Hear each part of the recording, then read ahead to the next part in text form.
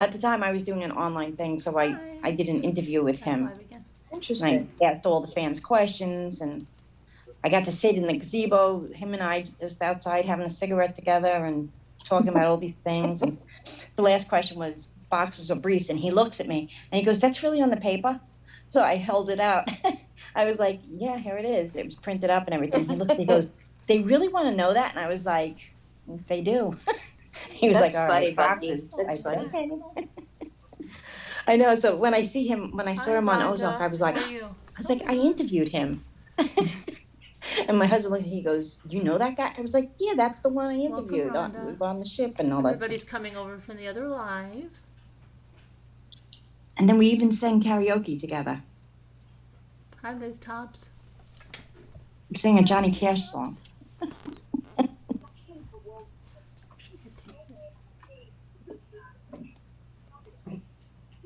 Sharon, can you take the co-host away from my iPhone so I can get rid of it?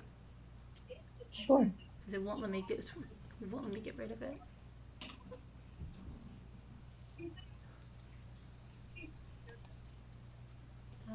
Okay. Okay. Let's see. Remove. Sorry, iPhone. Bye.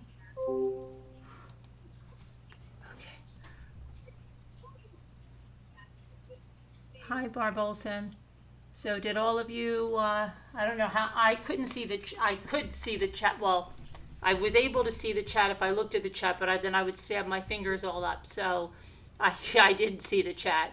So I don't know how many of you were there or that are here, but how many of you watched? I'm going to take a poll.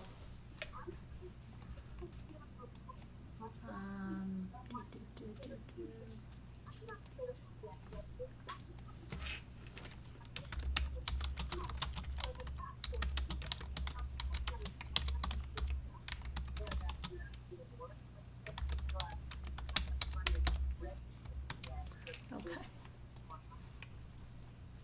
Let's see. Oh, and I'm going to look up those other things about the leaked autopsy pictures.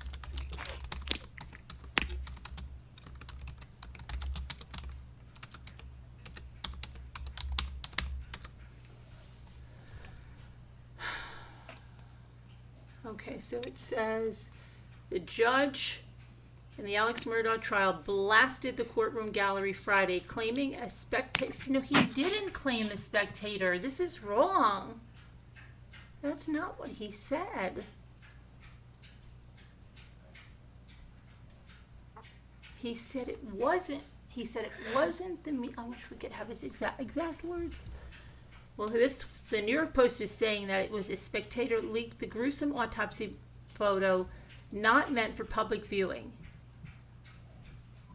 The Post found the photo was erroneously published in a live stream by WGN News. There is a complaint now regarding the posting of autopsy photographs. They came from within the courtroom. That's what he said. Based on the direction of the photographs. The gory photo showed Maggie Murdaugh deceased and the entry wound just above her left ear. It did not come from the audience. That's what he said. So wouldn't that be spectators? It came somehow from within the well of the court. That doesn't sound like spectators, correct? Let's see. But the Post found that the photo was shown on a Tuesday live stream by WGN News. Sick trolls then took screenshots of it and started spreading it on internet message boards. See, that's what I think happened.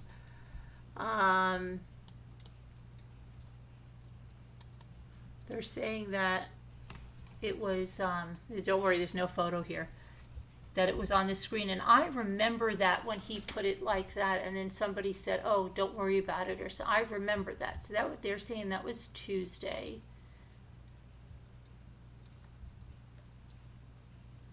During Tuesday's hearing, the pool camera hold on.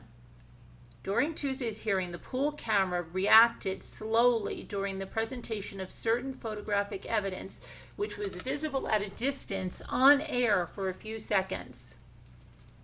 The pool camera was not operated by WGN, and we have since removed the video from our streaming platforms. Yeah, but everybody knows it's out there for good.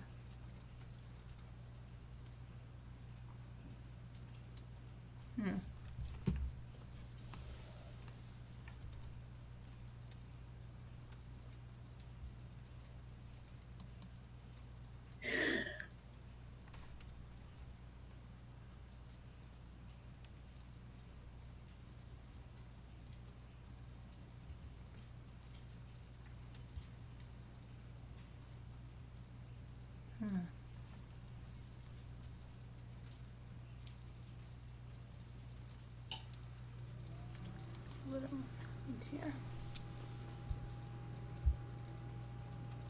And Alex, nobody spoke, no victims impact statements. He didn't have his attorney speak for him or say anything. He just stood up and said, I'm innocent.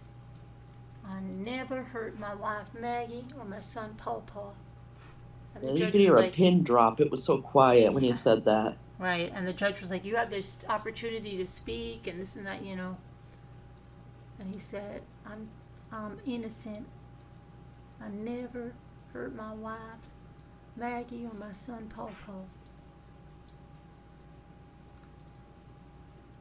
And the judge also said, one of the reasons we sought to seal graphic photos is because the parties have a right to privacy, a right to those matters not being publicly disclosed. If anyone has heard about the recent settlement Kobe Bryant's wife just made with the Los Angeles County and others out there over certain disclosures of information involving the death of Kobe Bryant, liability can be substantial, and it's a risk that for the most part, that's not worth taking. We will let everyone judge themselves accordingly within that regard, he concluded.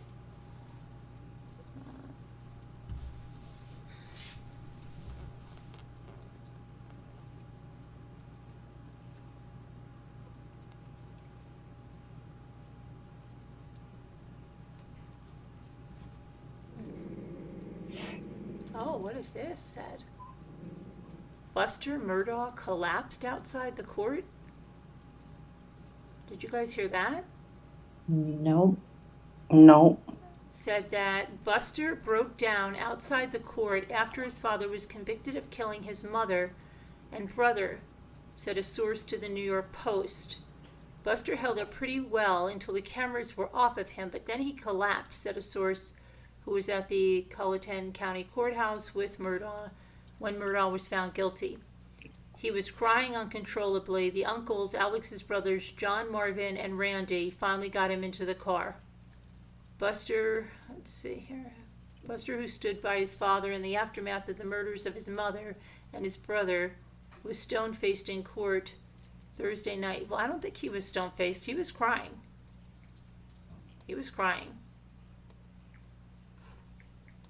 I wouldn't say he was stone-faced. Let's see.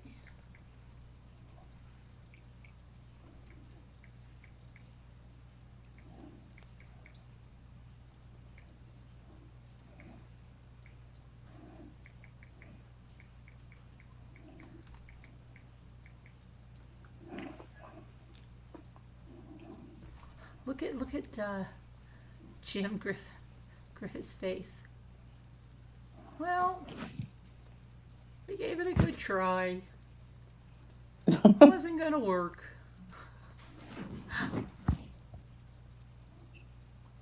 Checking out his sandals, maybe. Harpudalin always looks like he's gonna, his head is just gonna explode.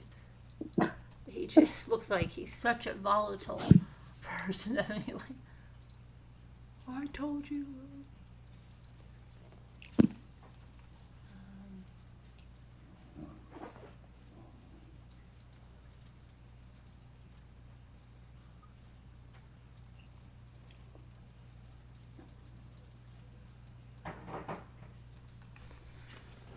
So let's see what else.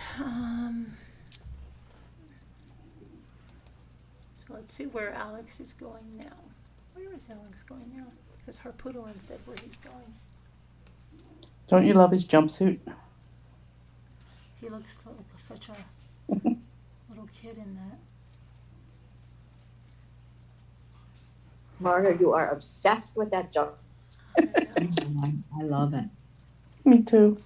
His sandals didn't match, though. His sandals were orange. I know. People, believe me, there's a lot of women stepping in line for him now. Oh. He's my man. I'm writing to him. He's my man. I'm standing behind him. I'm going to be his girl. Oh. I agree. I agree. Oh, yeah, he's a hot commodity. No, I agree with the cat. Cat's But no, he will. They all do.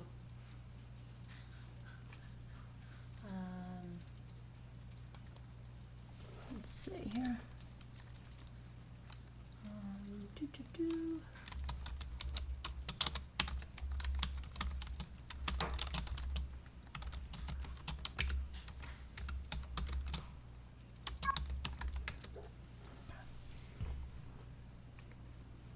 Let's see.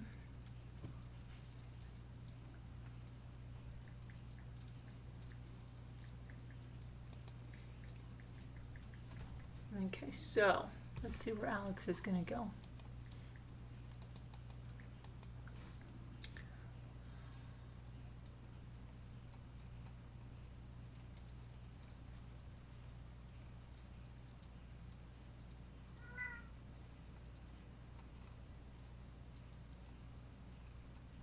Come on, Alex, where are you going?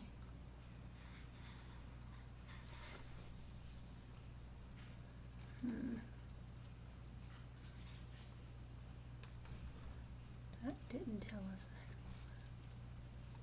There's Alex now. He'll be held at the South Carolina Department of Corrections. Let's see.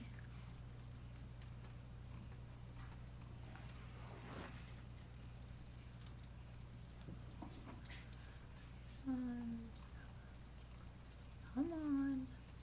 Here we go. Alex will be held at the South Carolina Department of Corrections during his intake and evaluation process. This may take several weeks. The average time is 45 days. Alex has been in jail since October of 2021. He was initially arrested on fraud charges related to Satterfield's family life insurance claim. However, the former lawyer reportedly defrauded clients out of a total of $8.8 million over the years. Prosecution argued he killed his family members to cover up other financial crimes.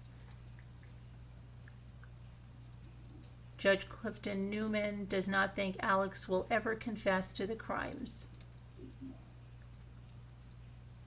Just before his sentencing, Alex claimed his innocence once again. I'm innocent. I would never hurt my wife Maggie, and I would never hurt my son Paul Paul.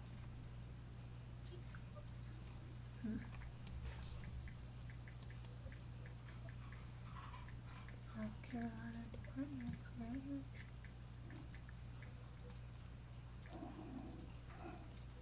What else is going on with him? Let's see.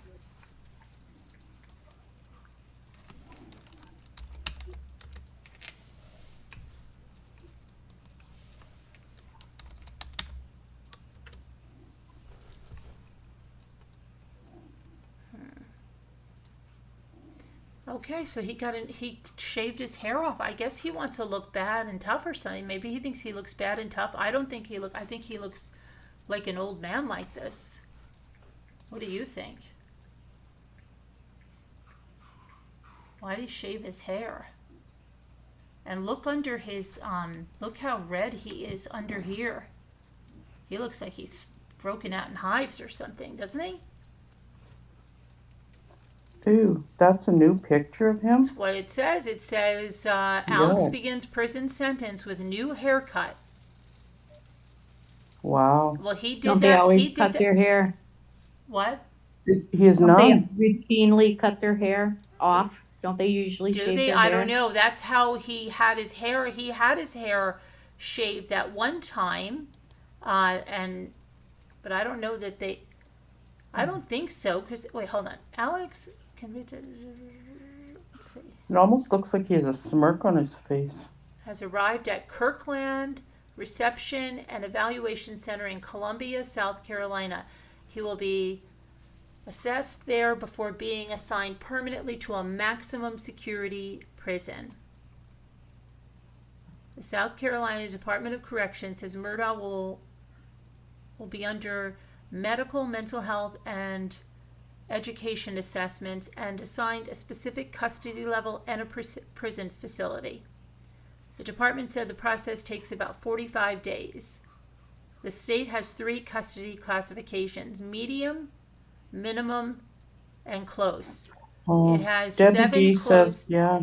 closed security facilities for men, typically housing more violent offenders with longer sentences, and 11 medium security facilities for men, some of whom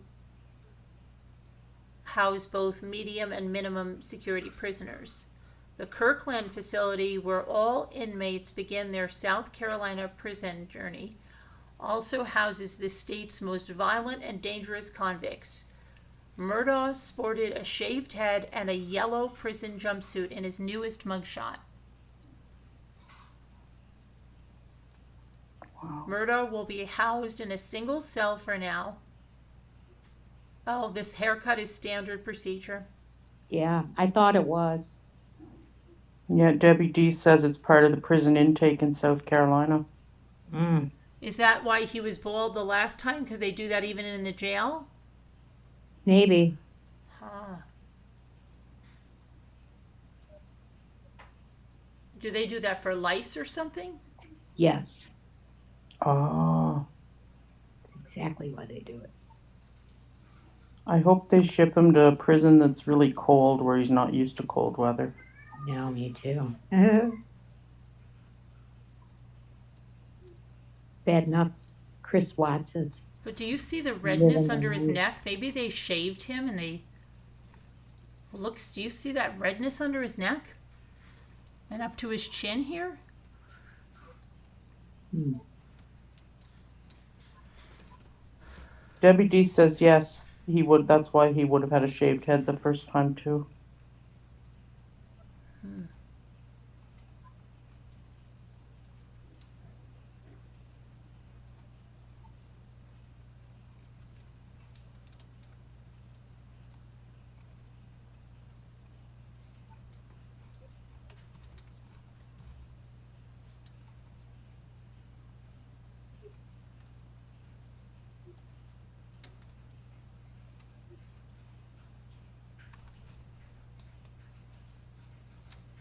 Let's see. He is in, what does this say?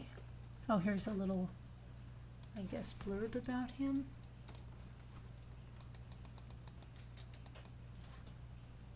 Richard Alexander Murdaugh will be processed into the South Carolina Department of Corrections today when he arrives at Kirkland Reception and Evaluation Center in Columbia.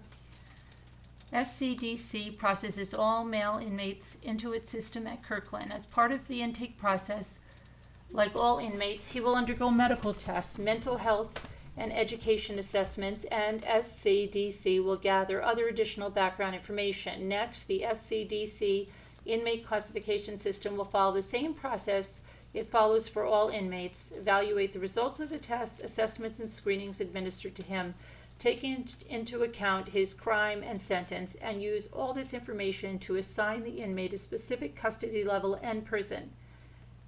This evaluation process takes about 45 days. After the process is complete, he will be sent to one of SCDC's maximum security prisons, like all new inmates serving life sentences. You can find information about SCDC's classification plan here, which explains in detail about the factors considered in processing inmates. A shorter synopsis can be found here.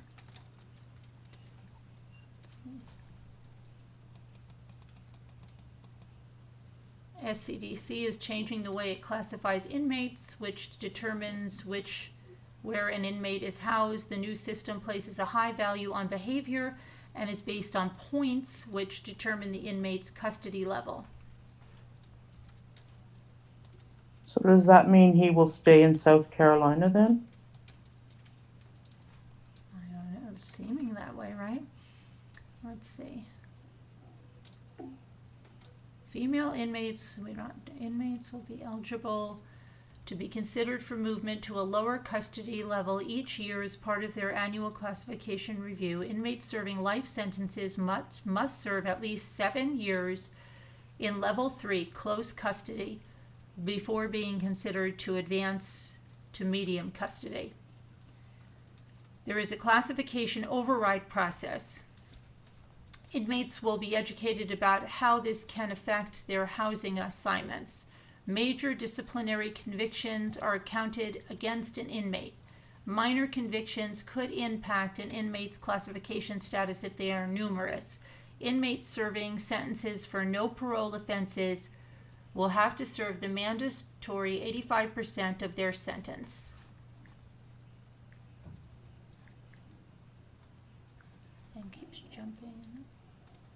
The new system will change the way SCDC handles work credits. Previously, inmates were required to have fewer than 8 years left to serve before being allowed to earn work credits at the highest level. The new system allows all inmates to earn work credits even at the highest level as long as they do not receive a major disciplinary conviction.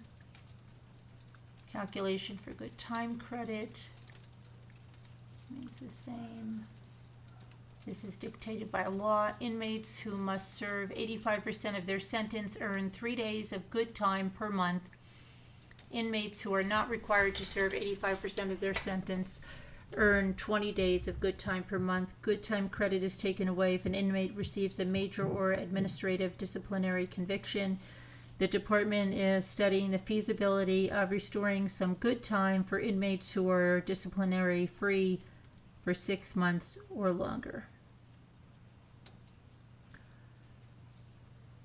Let's see. Inmates may request a transfer to a different geographical region at their annual review if they have a continuous work record and have remained disciplinary free. The transfer process is no longer requires outside documentation from family. Some moves will take place quickly as SCDC moves to this new system. The goal is to have all inmates reviewed and moved within 1 year.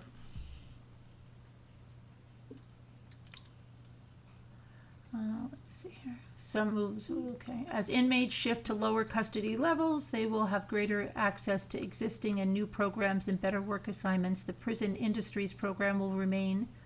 SCDC will determine any changes after the inmates have been reclassified. All inmates in general population will have visitation privileges. Inmates at designated facilities will not be affected.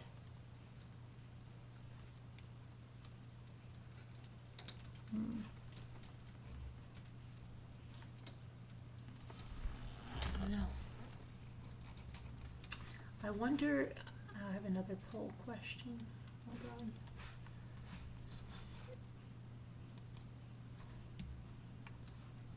Let me ask another question.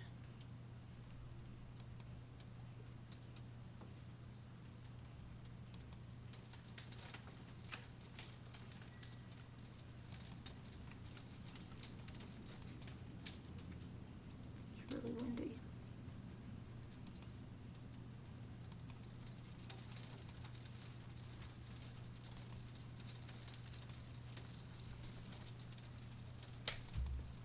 I'll have to end this poll here. So 83% of you watched. Good. Start another poll. Do you think Alex may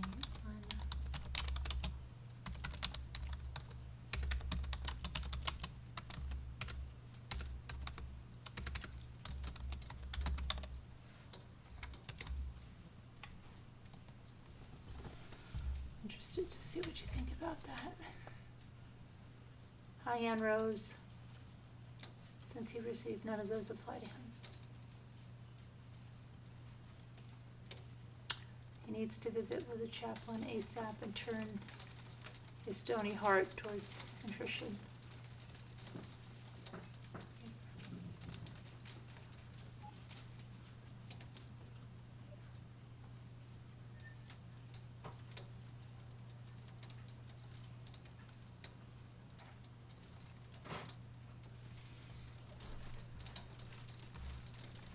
Let me see.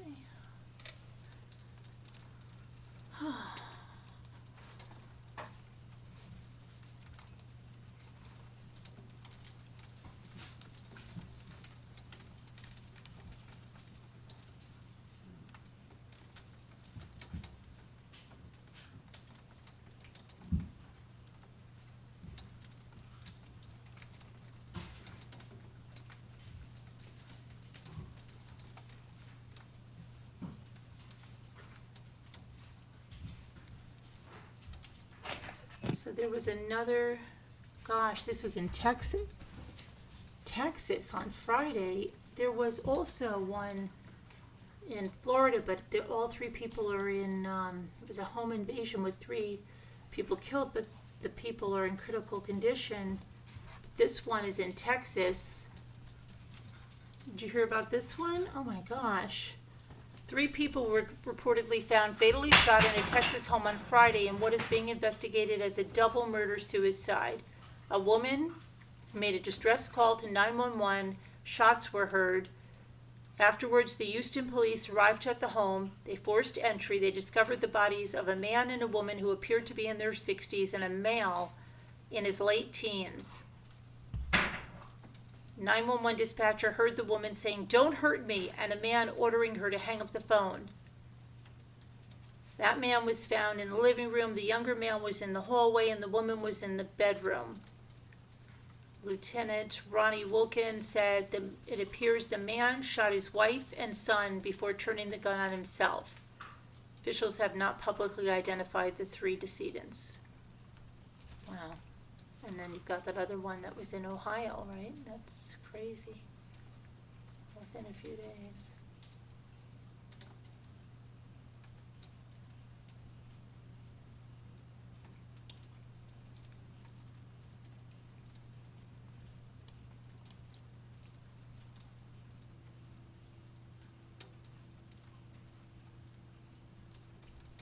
There's a little boy. There's still an brother on this little boy. Let me see.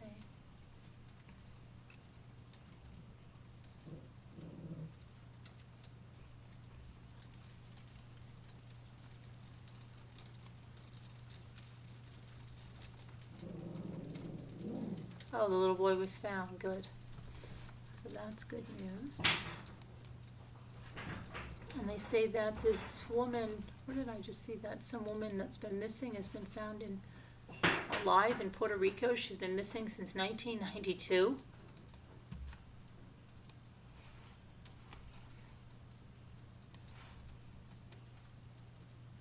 She's a Pennsylvania street preacher known as the Sparrow. 20 years ago, she mysteriously vanished, according to ABC6. Patricia Kopta vanished from Pittsburgh in 1992, and her husband said she never said a word about leaving, although she talked about Puerto Rico before and the warm weather. "I came home one night and she was just gone, and nobody knew where she's at," said her husband, Bob. Staff members at the care center said the woman refused to share details of her past. But, okay, hold on. Where was she found here?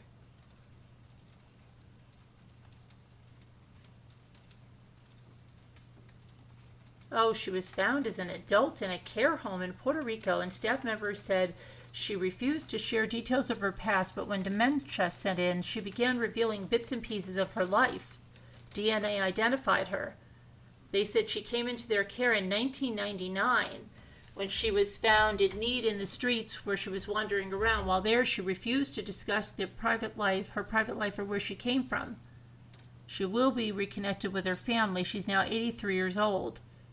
Her sister said she was in total shock and didn't believe it. That's crazy.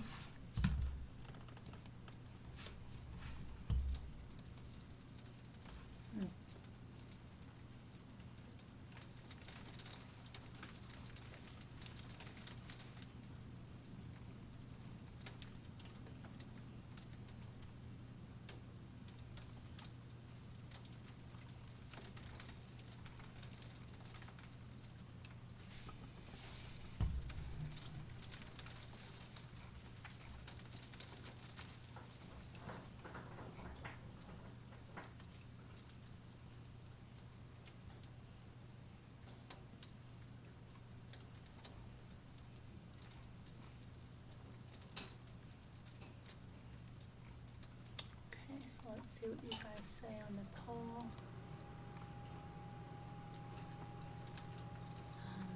Okay, look at that. 52% of you think he will.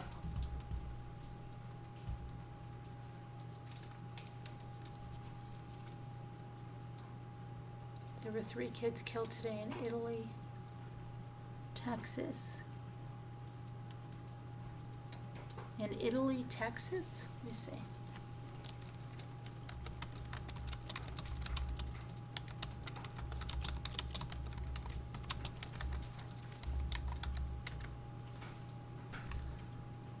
Let's see.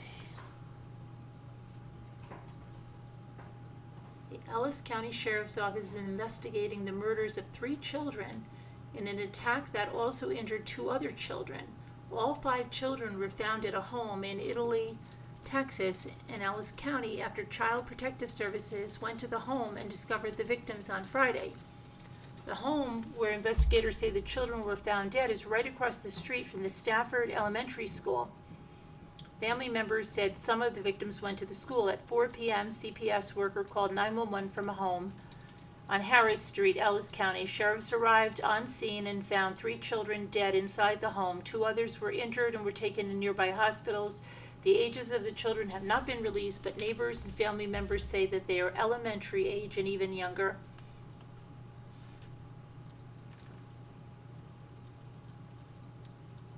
They are not releasing how the children were killed or injured, who the suspect is, how the suspect is related to the children. The suspect is in custody, though. Sounds like. I just want everyone to know they're beautiful angels and I love them, said family member Shamila Anderson. God doesn't make any mistakes, and I want to say they gained their wings. That hurt me so bad. Anderson said she's related to the family and would help babysit when the grandmother wasn't available. She said the grandmother was the children's guardian. Ellis County Sheriff's Office says it believes this is an isolated incident and there's no danger to the public. That's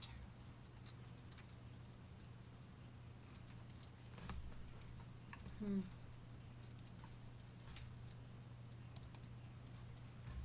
So now 51% of you are saying no, you don't think he will do something to himself. Hi, Catwoman. Hi, Mooka. Oh my gosh, Mooka's here. Wow, Mooka used to be a staple. So Hi, Mooka. How are you? oh. Hey, good to see you, Mooka. Hey, Mooka, how are you? It's Sharon. Hope everything's well. Do we really know that's you, Sharon? What? Do we really know that's you? Let me look, okay?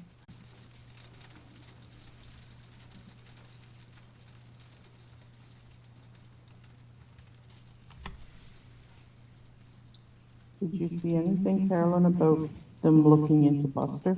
Oh yeah, that's the other thing I had to check out, right? Mhm. Yeah. Let's go check that out. Maybe he can room Dad. That'd be nice.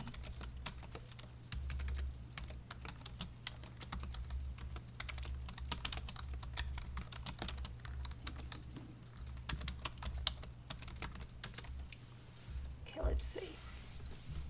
Buster. Oh, hold on. Hiding on Buster's Island after Dad's murder conviction. Let's see what that says. Buster has his own island? I don't know. Let me see what it says. Many observers of the 6-week double homicide trial of Alex felt sorry for the 54-year-old disgraced lawyer's sole surviving son, copper-haired Buster. The 26-year-old, who was in court every day for his father's trial, has been left almost an orphan, with his mother and brother dead and his father sentenced to life in prison. No person with a heart and soul cannot feel sympathy for that young man, said Columbia, South Carolina attorney Joseph M. McCulloch Jr., a Murdaugh family friend. It's just been a tragedy on top of tragedy for him. I don't know how anyone can withstand that, and I'm glad he has a girlfriend who seems so supportive. But even more dark clouds are lurking overhead for the one-time law student. Let's see what they said. Buster is next. Your son is next, yelled an onlooker as Alex Murdaugh was led to a police van after sentencing Friday morning. The person seemingly was referring to the ongoing South Carolina SLED investigation and lengthy rumors surrounding Buster's possible involvement in the 2015 death of Stephen Smith. Stephen's body was found on a rural road in Hampton County, a few miles from the Murdaugh hunting lodge where Maggie and Paul were murdered June of 2021. His skull was partially crushed, there was a hole in his forehead, and his shoulder had been dislocated, according to documents in the case and photos his mother saw. Based on those discrepancies, Sandy Smith believes her son's body was deliberately placed in the road after he was murdered to make it look like a hit-and-run accident, and that there may have been a conspiracy among local officials and possibly the Murdaugh family to cover up Stephen's death.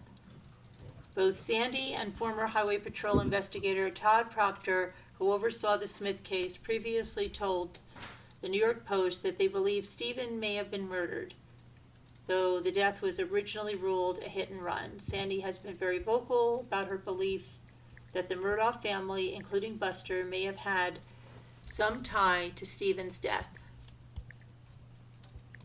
So I would think that if he really was involved with Buster, wouldn't there be some emails, anything linking the two? Speaking after Murdaugh's conviction, Sandy said, "The jury's done excellent. They seen through the lies, and a Murdaugh is finally brought down. Now that this case is back over, they can get on Stephen's case full time." Buster, aka Richard Alexander Murdaugh Jr., named after his father and his great-grandfather, lives with his lawyer girlfriend Brooklyn White at a condo that she owns in Hilton Head, South Carolina. But after Buster broke down outside court Friday, minutes after his father, Buster will stick with his uncles and stay out on Hilton Head. I don't see him coming back here. Buster's cool and calm demeanor, which he showed in the court gallery every day of the trial, as well as on the witness stand, evaporated on Friday. Murdaugh, 54, was found guilty Thursday after a jury deliberated for a mere 3 hours. Buster held up pretty well until the cameras were off of him, but then he collapsed, said a family friend who was at the courthouse. Alex was given 2 life terms for the murders of his wife and son. He was crying uncontrollably. The uncles, John, Marvin, and Randy, finally got him in the car. Buster showed none of that emotion when he was grilled by defense attorney Jim Griffin, an old Murdaugh family friend. He didn't flinch when asked about how his father broke the news of his mother and brother's deaths to him. He asked me if I was sitting down, and I said, yeah. And then he sounded odd, and he told me that my mom and my brother had been shot, and I kind of just sat there for a minute. I was in shock. He met his longtime girlfriend, Brooklyn White, at the University of South Carolina Law School, his father's alma mater. Buster had been a law student there as well until he was expelled, allegedly over a plagiarism incident. Local outlet, the Post and Courier, reported that the family had paid a well-connected Columbia lawyer, Butch Bowers, some $60,000 to help secure Buster's readmittance. Buster eventually graduated from Wolford College in Spartanburg, South Carolina in 2018. That's where kids from here go when they can't get into Washington and Lee, said a local resident. It's unclear what Buster currently does for a living, but he worked at his father's former law firm prior to Alex's arrest. Sad, another family acquaintance said, I didn't know Buster well, but always put on good manners for me. I just wasn't sure what he was like since when he wasn't putting those good manners on.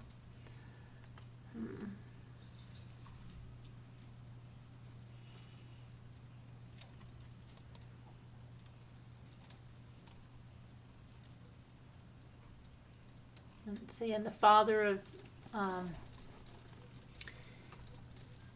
Mallory Beach said that, what did he say here? He watched from the back of the courtroom Friday as Murdaugh was handed down 2 life sentences. When Murdaugh's brother, John Marvin, approached him to shake his hand after the hearing, he refused, replying, "I have nothing to say to you." Asked by reporters outside the court how he felt about the life sentence verdict, Beach replied, "I'm grateful. Justice has been served."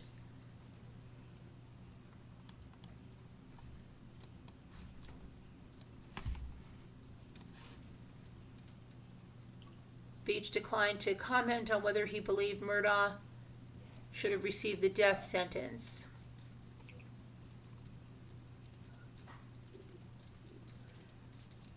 Beach's snub came as photos of Murdaugh dressed in a Confederate military uniform at the South emerged Friday.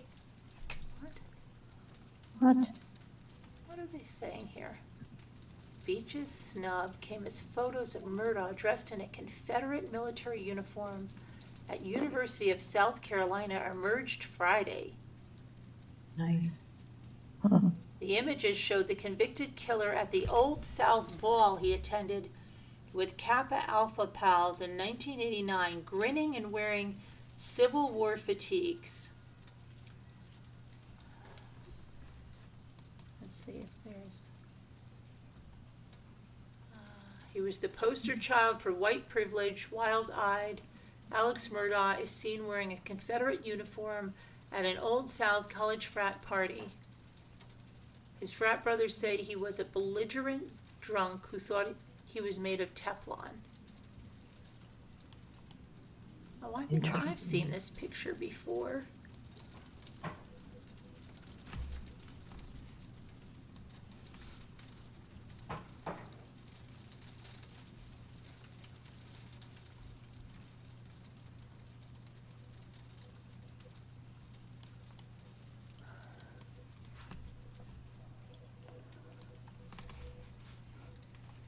Oh, yeah, that's an old picture for sure.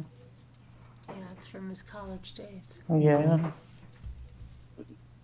Belligerent drunk sounds like Paul got it from him.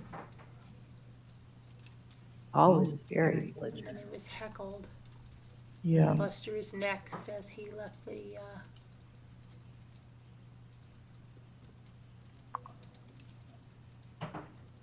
Justice for Stephen Smith. Buster is next. Your son's next. That's it.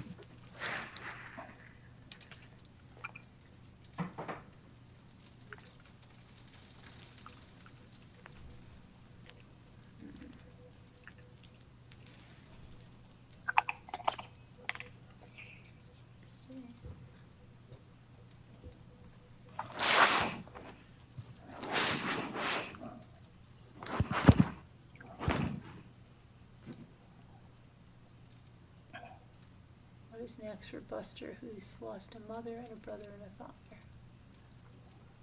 Buster had plans to follow in his father's footsteps, but was kicked out of law school. Let's see what he had. He has put his desire to go to law school on hold for now.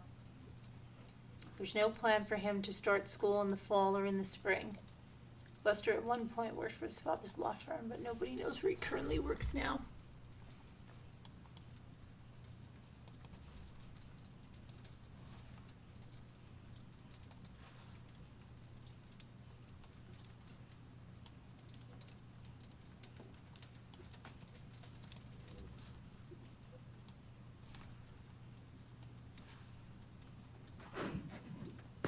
It's not clear how long the pair have been dating, but they both attended the University of South Carolina Law School. White has been with Buster throughout his father's 6-week murder trial and was recently seen comforting him as he visited the gravesite of his mother and brother in Hampton Cemetery.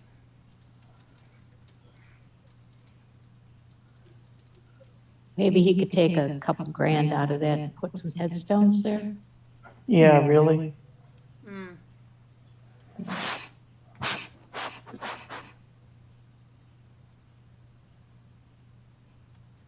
Photos photos captured Yes, the that's a moment good Buster question, kneeled Anne. down and paid his respects to his loved ones before planting a kiss on their graves. Former classmate of Buster's from Wolford said that Buster was not doing well at all. He really withdrew after everything happened. Before he'd text immediately, his phone was surgically implanted in his hand. He loved to chat. Now he doesn't respond to most texts, or if he does, it's 1 or 2 words. He has really closed off and built walls around him. Buster will get $530,000 from his mother's estate.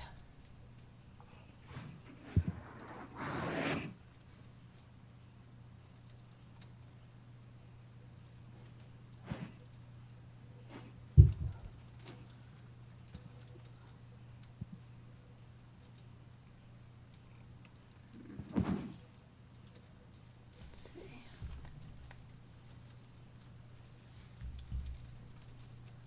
We talked about Buster's involvement.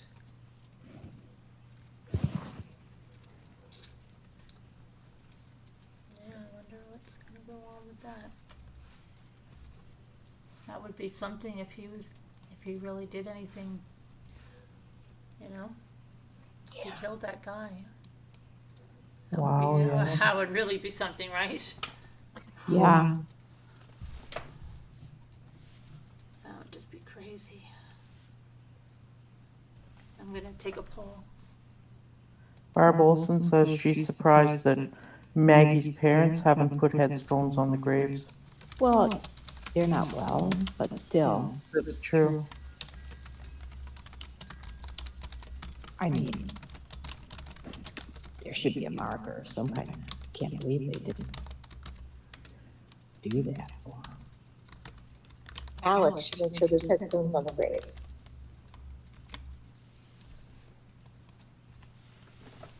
Well, he won't now. No, he won't be. He still could.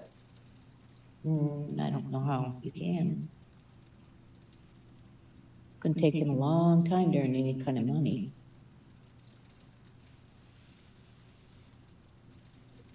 He could have his brother do it or Buster do it. Hi, Cozy Dozy Yes. Duds. He could. But I don't understand why that hasn't happened yet. I know. It's terrible. It is.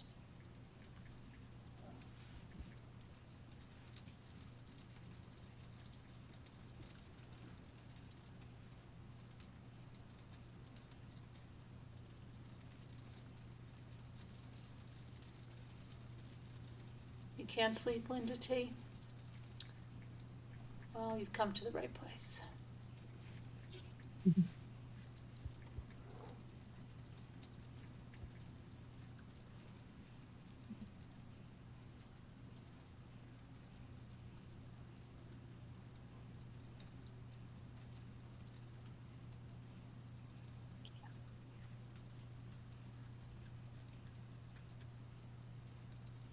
I'm in top chat. Why am I in top chat?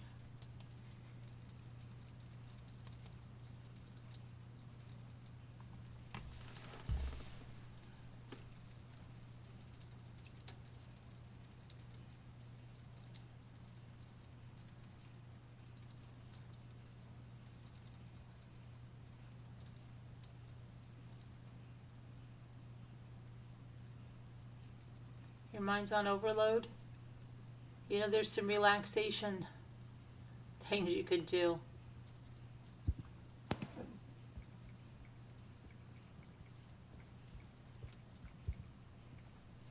I don't see my post. Rich, I see you. I see you. You're not blocked. What did you post? Could it have been a blocked word or something? I don't know.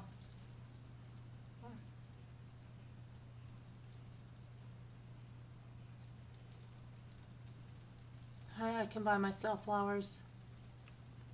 So quiet.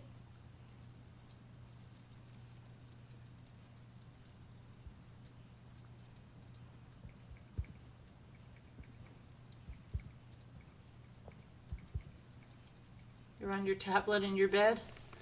That's good.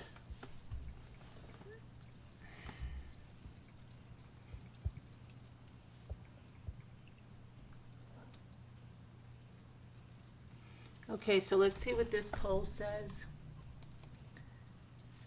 So the poll was, do you think Buster had anything to do with Stephen Smith's murder? And so far, 73% say yes and 27% say no. Wow. Mm-hmm.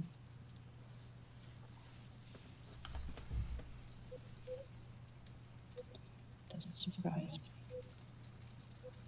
I think no one gave victim impact statements because, like most liars and manipulators, Alex groomed individuals around him to become numb to his shenanigans, as well as inner family dynamics.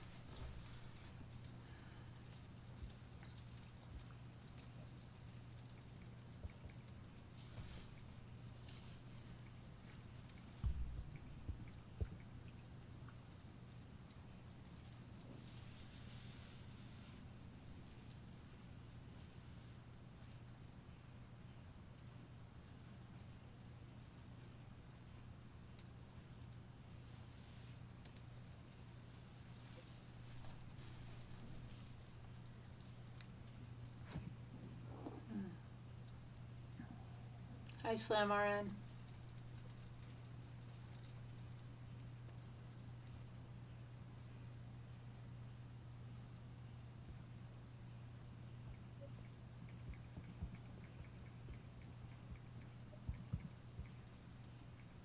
Linda T says, I do not believe that. No evidence of that, just speculation so far. Okay. I really don't know if it was Buster or another Murdaugh. Yeah, I know, Ann. Just a poll.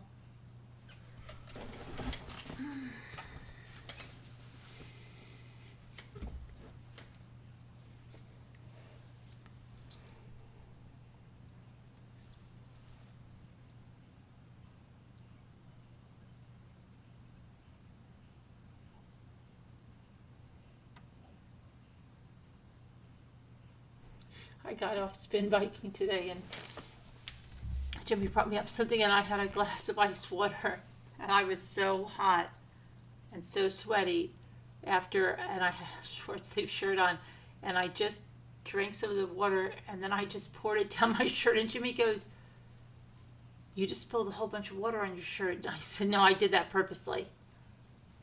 I was dying. A whole bunch of water. So if I'm dripping water that badly and drinking something, you better take me to the hospital. Oh my gosh.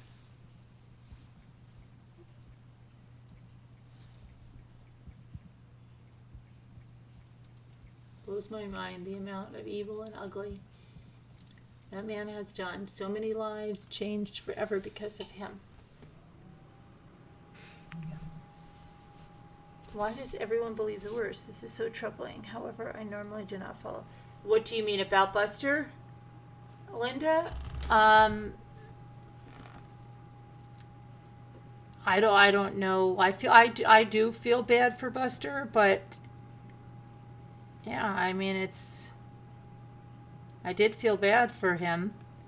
I don't know if he had anything to do with that other murder. I don't know. We're getting snow, we're getting ice, I think right now it's ice rain. Wintry mix, Muka. What are you getting?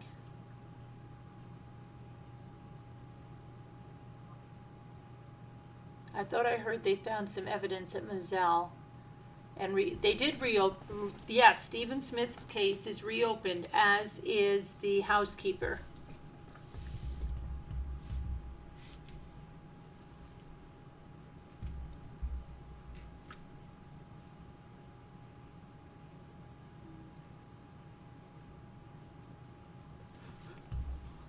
Shanna says, I'm trying to type, but my comments aren't I don't know if there's a glitch, Shanna, or there's blocked words by either Google or the chat. What are you trying to type?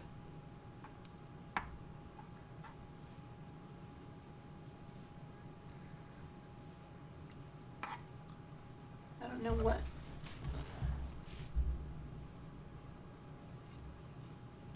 Do you think a generational curse misfortune has entered? I don't know if it's, I don't think it has anything to do with a curse. I think it has to just do with maybe he just thought he could do what he wanted. So much entitlement. Anything was his and he could do whatever he did. I don't know why he would think killing his wife and son would be the thing to do. I mean, I don't get it. I don't get that at all.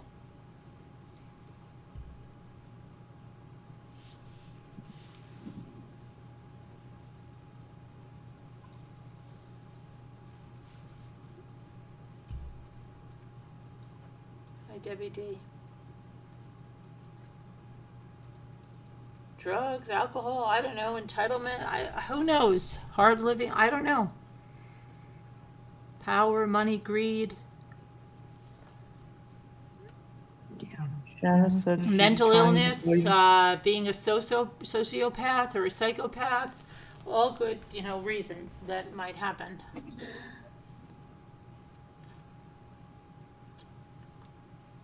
Oh, what did you say? I promise.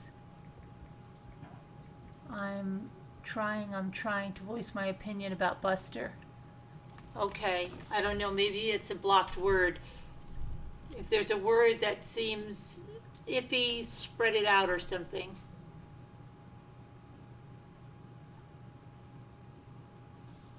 Combination of all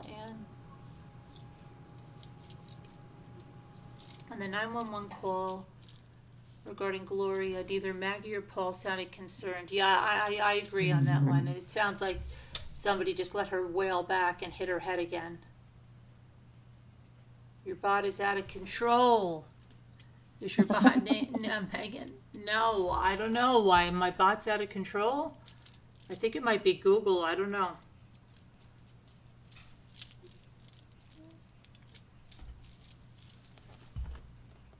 Money and power can be corrosive. Yes, they can.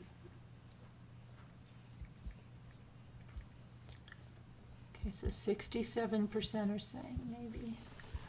33% said no. Okay, hold on a minute. I've got to get a correct copy right there. This is true, Barb. This is true, Barb. Oh my gosh. Oh gosh, there's blue roving. Blue roving.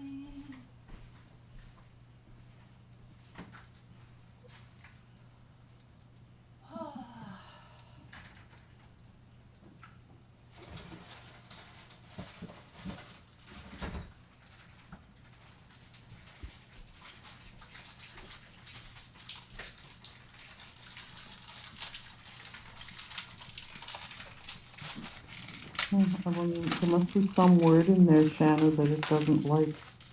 What happened? She said it still won't show up. Rich says his post made it look up. What's his? Money and power can be corrosive. I wonder what word it is.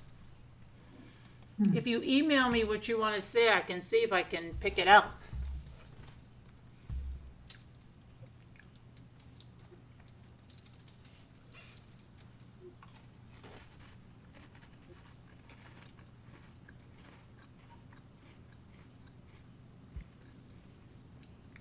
That's right, Linda T.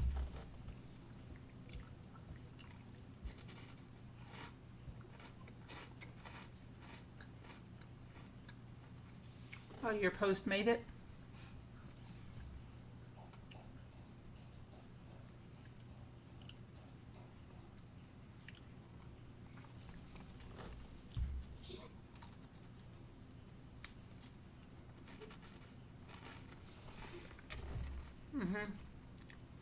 Email me and I'll read it.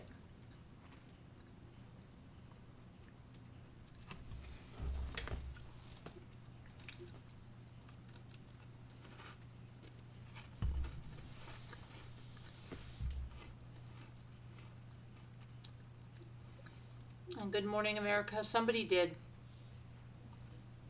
Somebody did, Barb. Let me see if I can find it. Megan is here to control the chat.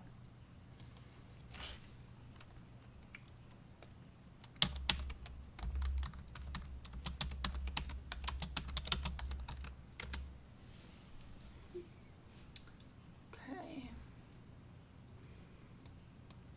A juror who voted to convict Alex Murdaugh on Thursday told ABC News in an exclusive interview with Good Morning America that the piece of evidence that convinced him of the disgraced lawyer's guilt was the cell phone video placing Murdaugh at the scene minutes before the murders of his wife and son. I was certain it was Murdaugh's voice, said Craig Moyer, a carpenter, as he recalled the background voice he heard during his first watch of the video captured by Murdaugh's son. The video was taken at the family's dog kennels by Paul Murdaugh, who later that night was brutally murdered along with his mother. Everybody else could hear Murdaugh's voice too, he said, referring to the other jurors.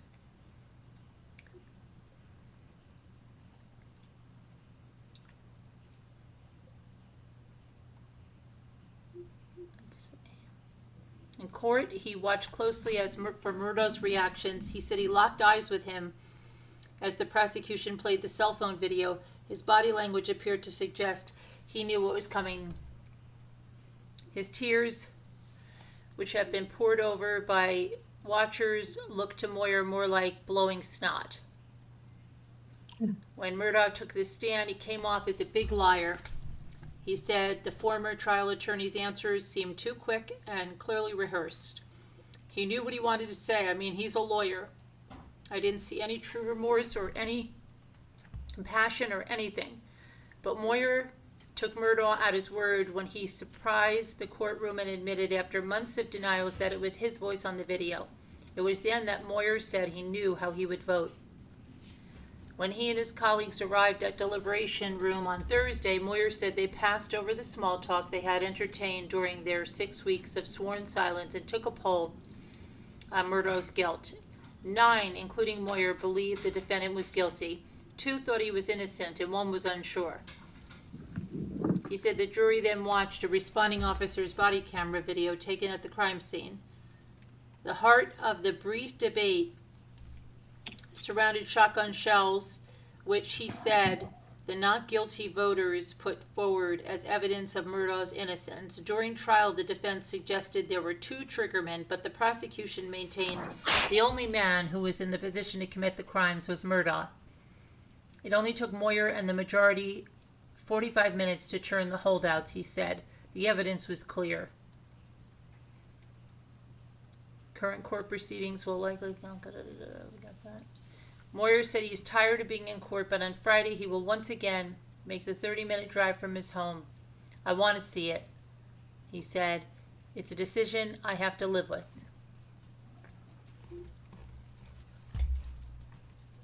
Shanna sent you an email. Okay.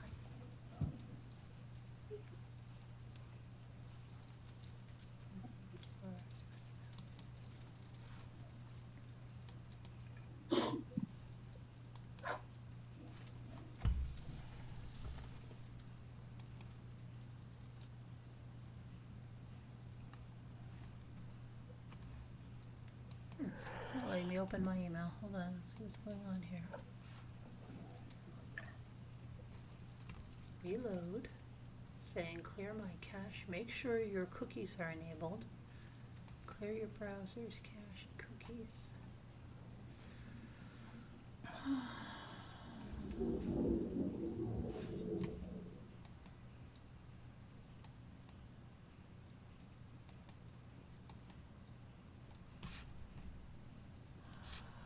Let's try to get over here.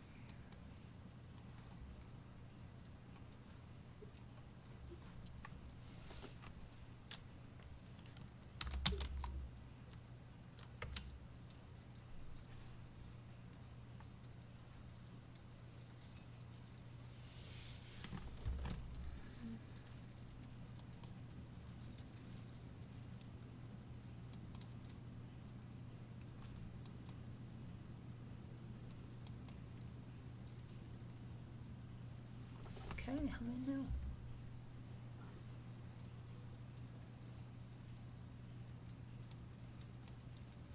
Okay, so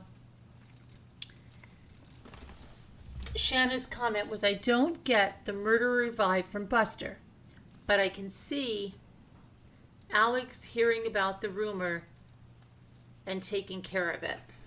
Yeah, could be, Shanna.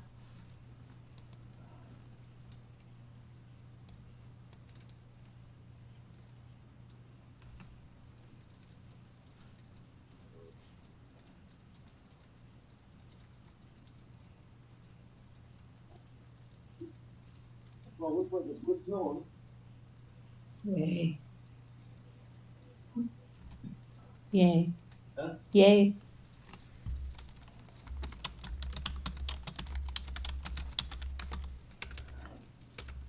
Carolyn P. says, look up the statement from the Parker Law Group.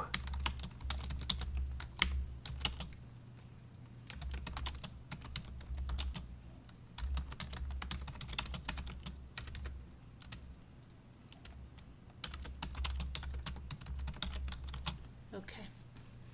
Look up the piece from the Parker Law Group. The statement from the Parker Law Group, Carolyn P. says.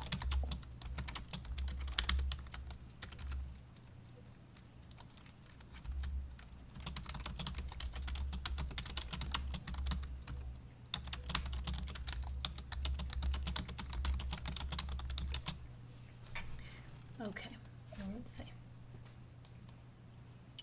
Go look Parker Law Group. Let's see.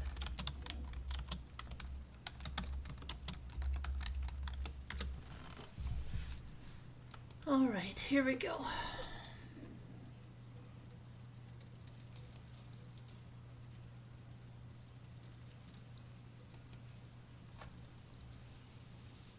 Wow, it's really coming down. Trying to open it, it's taking a minute.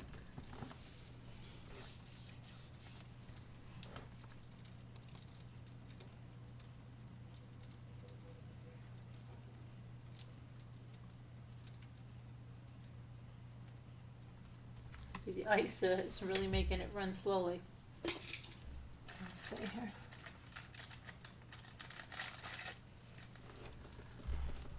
Let's see.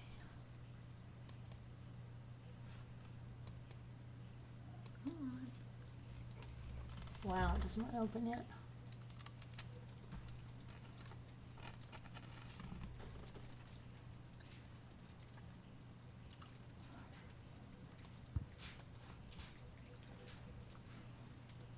Come on.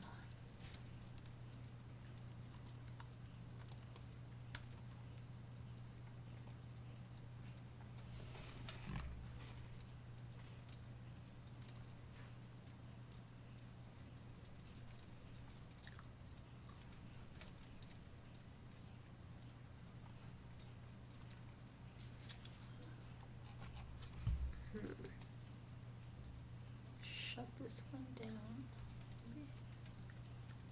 I don't know which one I had on. Alright. Why? Let's try it on this one.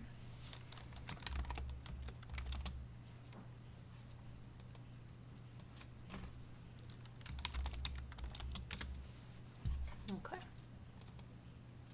Here we go. Okay, so their statement is the Parker Law Group released a statement on its website and Facebook. Let me go and grab that.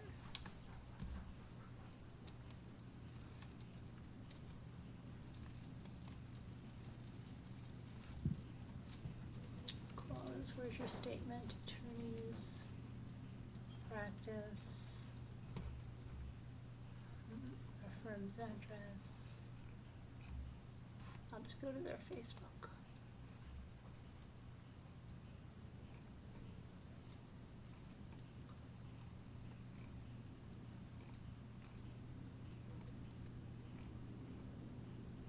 Okay, it says, the actions of Alex Murdaugh are shocking to us all.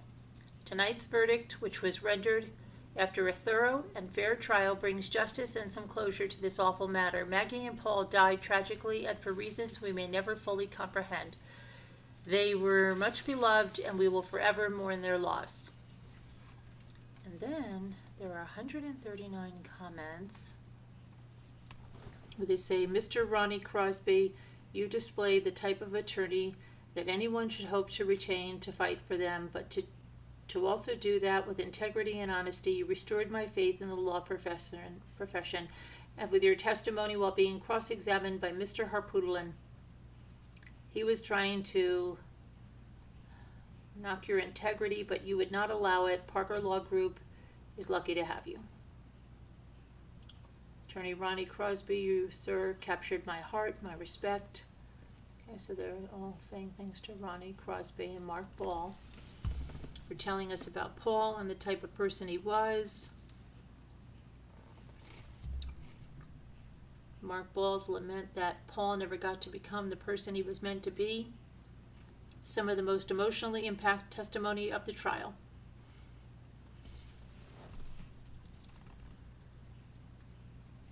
Ronnie Crosby did a beautiful job representing Paul. Okay, so there.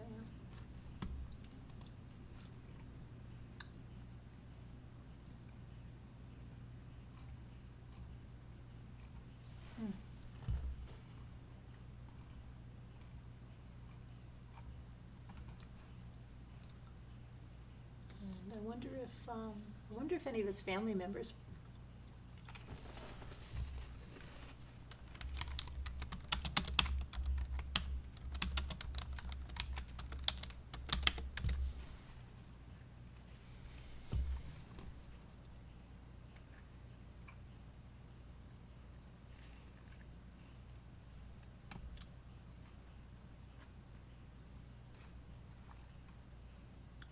Not yet.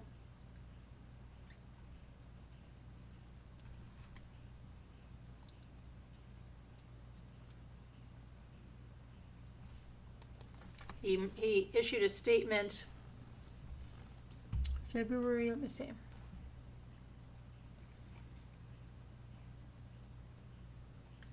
Did I just see his statement?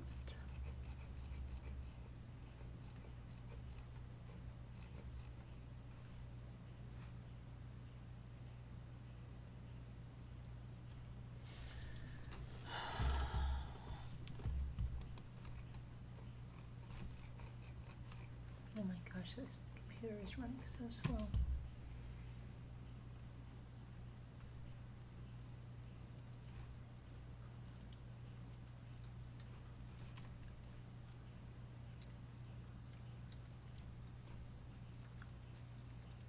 I love my firm. When was this? Randy essentially wanted the authorities to know his brother had been making several strange calls from his hospital bed. Okay, we know that.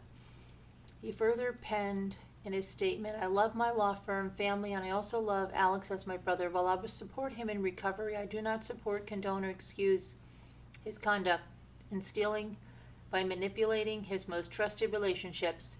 I will continue to pursue my client's interests with the highest degree of honesty and integrity, as I always have.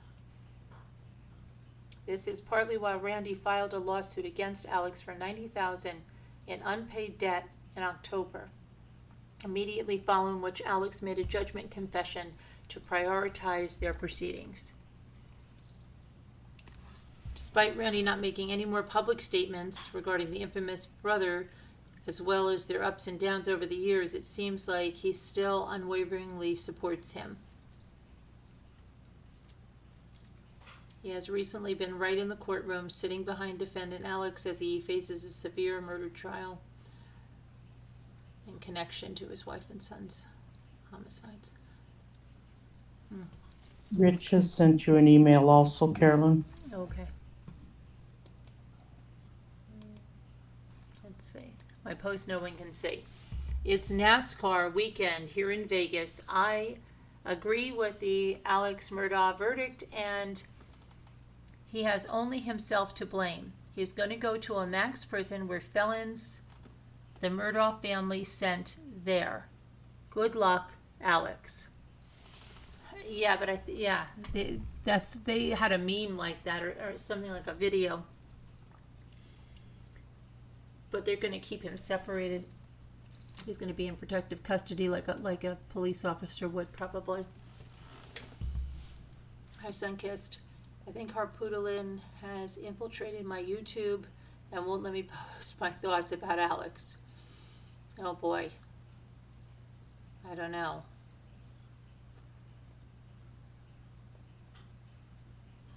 Harpoodlin really irritated me throughout this whole experience. He's so rude to everyone, especially Jim Griffin, barking orders at him left and right.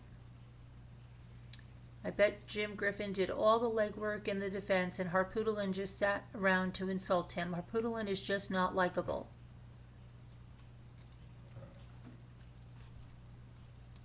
Let's see. I really thought I was still a member, but I guess it didn't update when I got my new card. You're a member now. Thank you for becoming a member. Let's see. Linda T.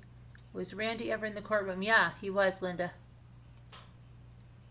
I truly believe Jim Griffin have Alex benefit of doubt all the way up until the GM OnStar data came out. 2 weeks into the trial, he was visibly uncomfortable from that point on. Just another sucker.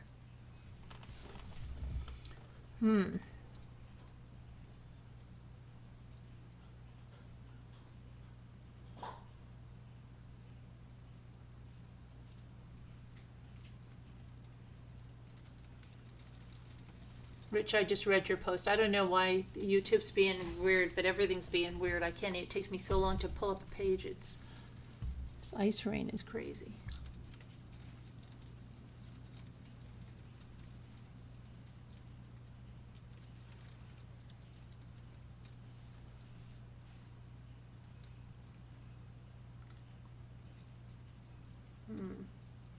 So the next trial, it's going to be Letitia Stout and then Lori Vallow, and they've split those two trials up. So Lori Vallow is going to go first. I don't even know when Chad Daybell is going to go now.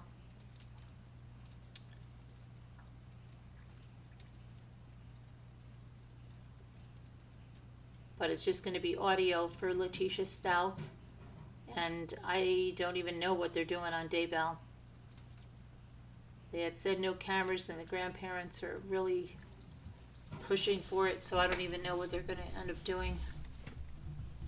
We're just going to do audio, I believe. Finally, right, Sunkissed?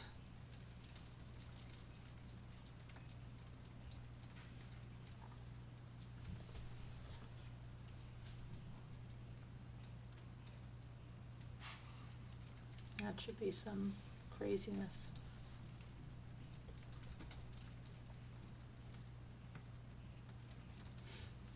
Crazy.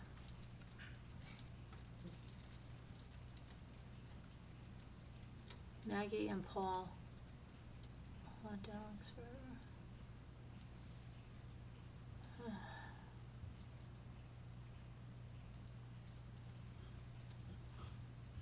That Lori blames Chad and Chad blames Lori, and they tried to get away with it. Yeah, probably. She's so crazy.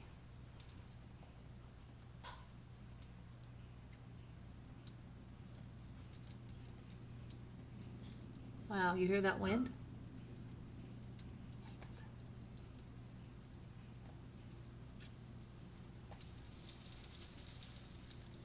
Oh, it's really icy. Are you getting ice, Nicole?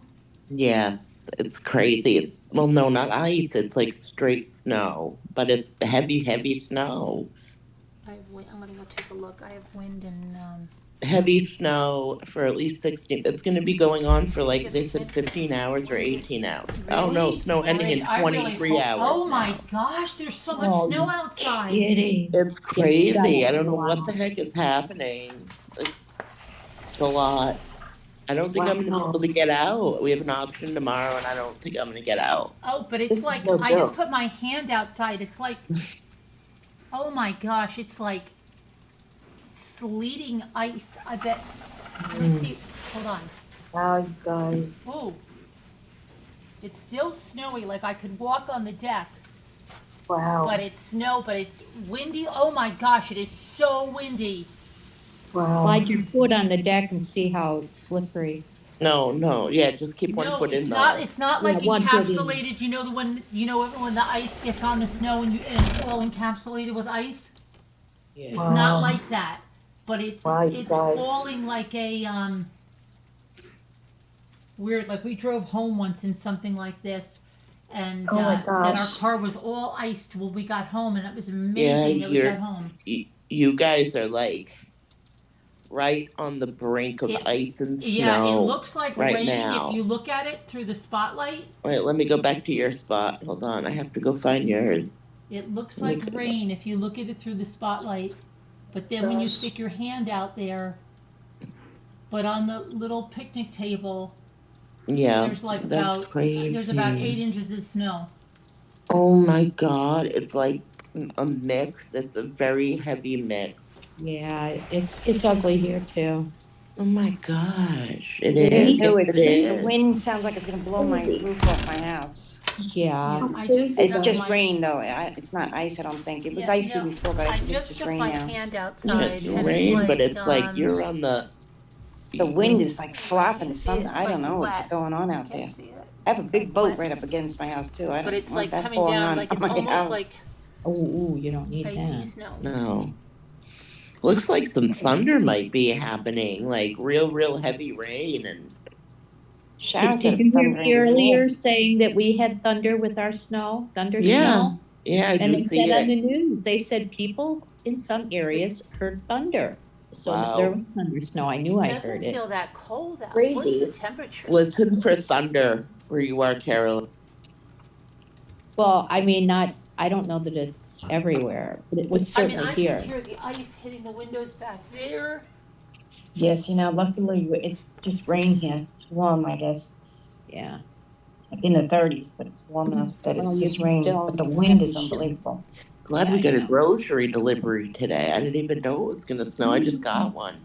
Good for you, Nicole. Lucky. Oh my Yeah. God, right in time. I didn't know they said it was like 4 hours. 4 hours turned to 15 hours. Now it's gonna supposed to snow for 23 hours. Oh, jeez. Gosh. Ours is supposed to stop at about 1. We'll see. Poor things. Wait, is it what time That's is too it? much snow. 1.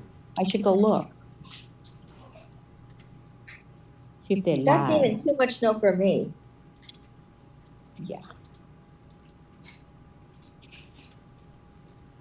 Well, yeah, when you're stuck. We're gonna in- send it to you anyway, Al. I'll Yeah, I take think some, so. but Well, I don't know. It's getting really You bad. have to take it all. Yeah, Take you have to some. take it all. You Getting don't have any crazy. choice.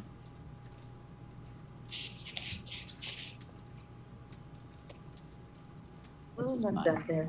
As far as snow is concerned, we've gotten like maybe an inch and a half this season total. Wow. That's it? Yeah, That's not Wow. bad for you, Bucky. An inch and a half. I That's know. nothing. These guys have been getting crazy amounts. I know. Just a few years ago, we got like over 50 inches of snow, for the whole season. Yeah.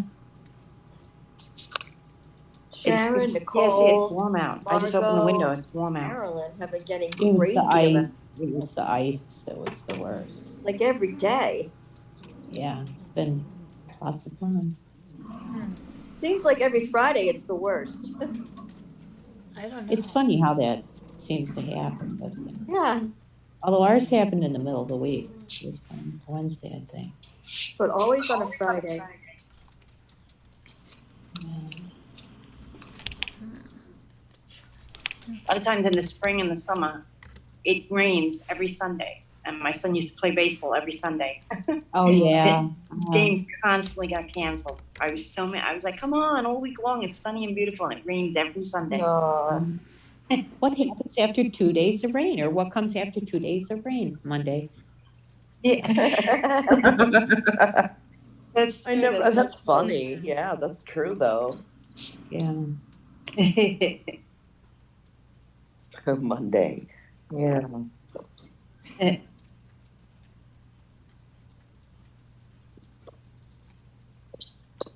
How long Because is I your? hope to stop. My son has to fly in this. He's gonna fly home. Oh my god.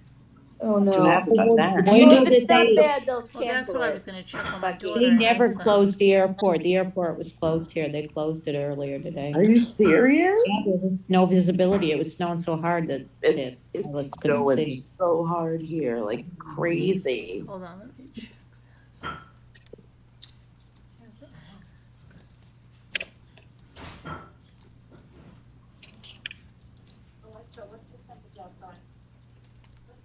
Okay, let's see. Yes. Yeah, it's 44 and it's gonna be 46 tomorrow, so. Oh, it's 44 right now? Oh, that's Yeah. lucky. Okay, so this is 7 hours ago. She went to Golden Circle. I have more photos on my real camera, but it's going to take time Oh. to put them up. Here's her friend making friends with chickens. Oh, so they saw chickens. Okay, this is at gonna go look out the Thingvellir window. National Good. Park in Iceland. Going to Iceland? We're gonna look at pictures from Iceland. Hold on. She's I'm in not on the Iceland. thing. I gotta see it. You know how I feel about national parks, though. I know, but it's okay. I go all the time. It's all right. Next stop.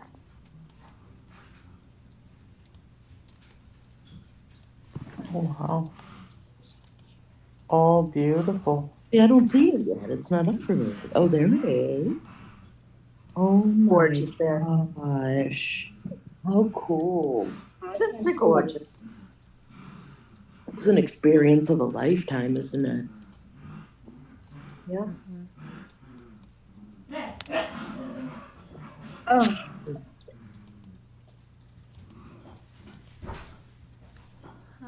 It's beyond gorgeous. I've heard it's one of the most beautiful places in the world. Oh, she went scuba diving. Amazing. Oh no, wait, she's snorkeling. Oh, well, they're snorkeling. They have wetsuits on. Snorkeling. Oh my Yeah. gosh. She must be having Snorkeling. so much fun. That looks I scary. was always told in Iceland it's green and in Greenland there's ice. But I don't know if Yeah. that's true. Is that Yes, true? it's true. I That's think true. so. I have friends that went to Iceland. A couple of friends. They loved it. Hmm. That it was so green. Oh boy. Yeah. Oh, Just how look- fun. It's so Yeah. fun. Sure, look at the pictures. Good for her. I'm so glad. That's so nice to be able to travel like that, to have the opportunity. Wow. Right? Hmm. I never had opportunities like that when I was. Mm. All right, let's see. I'm gonna go take a picture of my trees. I'll be right back. Of your trees? Okay. Oh my God. I don't know. Sarah, bring your camera out. Let us see live. No, it's too cold for her to go out. She'll freeze. Oh my gosh. Gotcha. It's probably like 20 degrees, 30. I gotcha. And the wind chill. Oh my God. Gosh, these are some Gotcha. get-ups. These are these. Look at that. They're like, look how much padding and stuff they have on them. What the heck?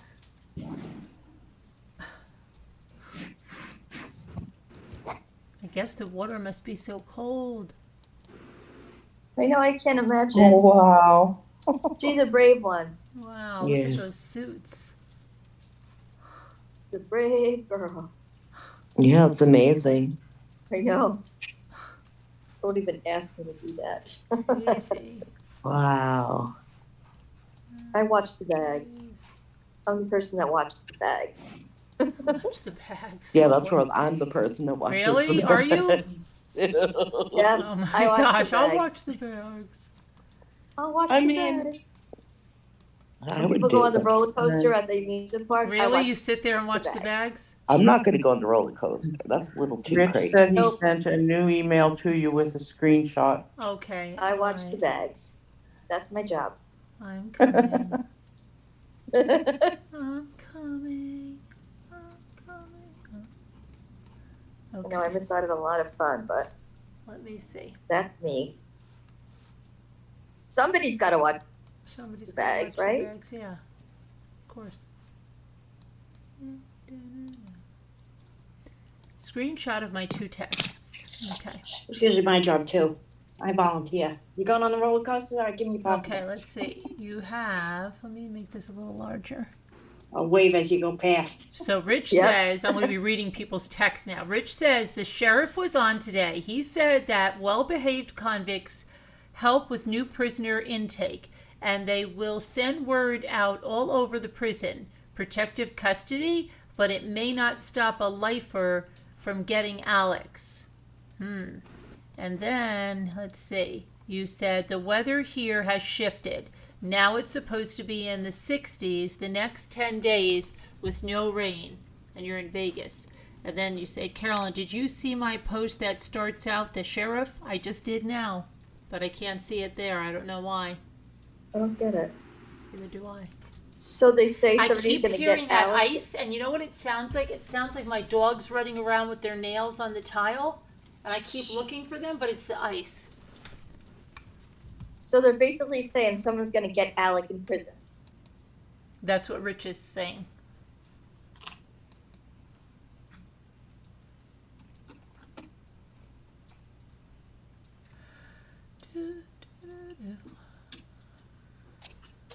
Wouldn't that be a shame? Is that what you're Well, saying? I don't think that's right. I almost think he might do something himself. I don't know, unless he enjoys it in there. Maybe he does. When he was on the phone, he was like, "I'm winning on the betting. The guy wants my sneakers." Yeah, maybe he'll get used to it. Who knows? I don't think they should let someone kill him in prison.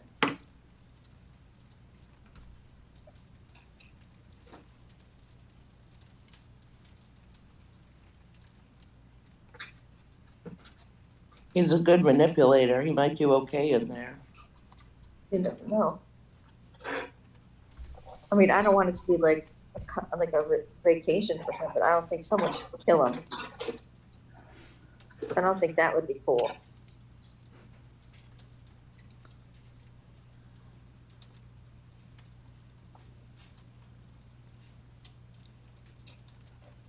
Yeah, murder's wrong in any way, but Exactly. yeah, you have to understand though, he did put a lot of people there. Oh yeah, He put people away when he was prosecuting. He put people away. I know. They should put him in a different prison. I think. I mean, I don't think the people he put away are going to be baking him a welcome cake, No, I don't think so, Nicole. Oh my gosh, it's really. But he was a prosecutor years ago. With the people And he he put put away. people away. And he put people away for life. It's 111, make a wish. Oh yeah, for life. It's right. Ouch. Ouch. He's going to have to be separated from He's gonna general have to be. population. It has to be. Oh yeah. I think it would be too dangerous for them to allow him in general pop. I agree. That's true. Yeah, I don't think they can. Just the same way that police officers and stuff are kept away. Yeah. He'll be kept away. He's going to be a lonely man. No family left and solitary. Come on. He deserves every bit of this for the rest of his life. Right. Want to see the trees in front of my house? Yes. Yes. Please. Sure. Sure. Oh my goodness, they Oh, I look have so beautiful pretty, ones like that. Sharon. That look I've like so- spotlighted you. Oh my goodness. Yeah. They're beautiful, That's beautiful. Sharon. Look how but they're so way down because it rained Yeah, the The word. night earlier, and the branches are all way down.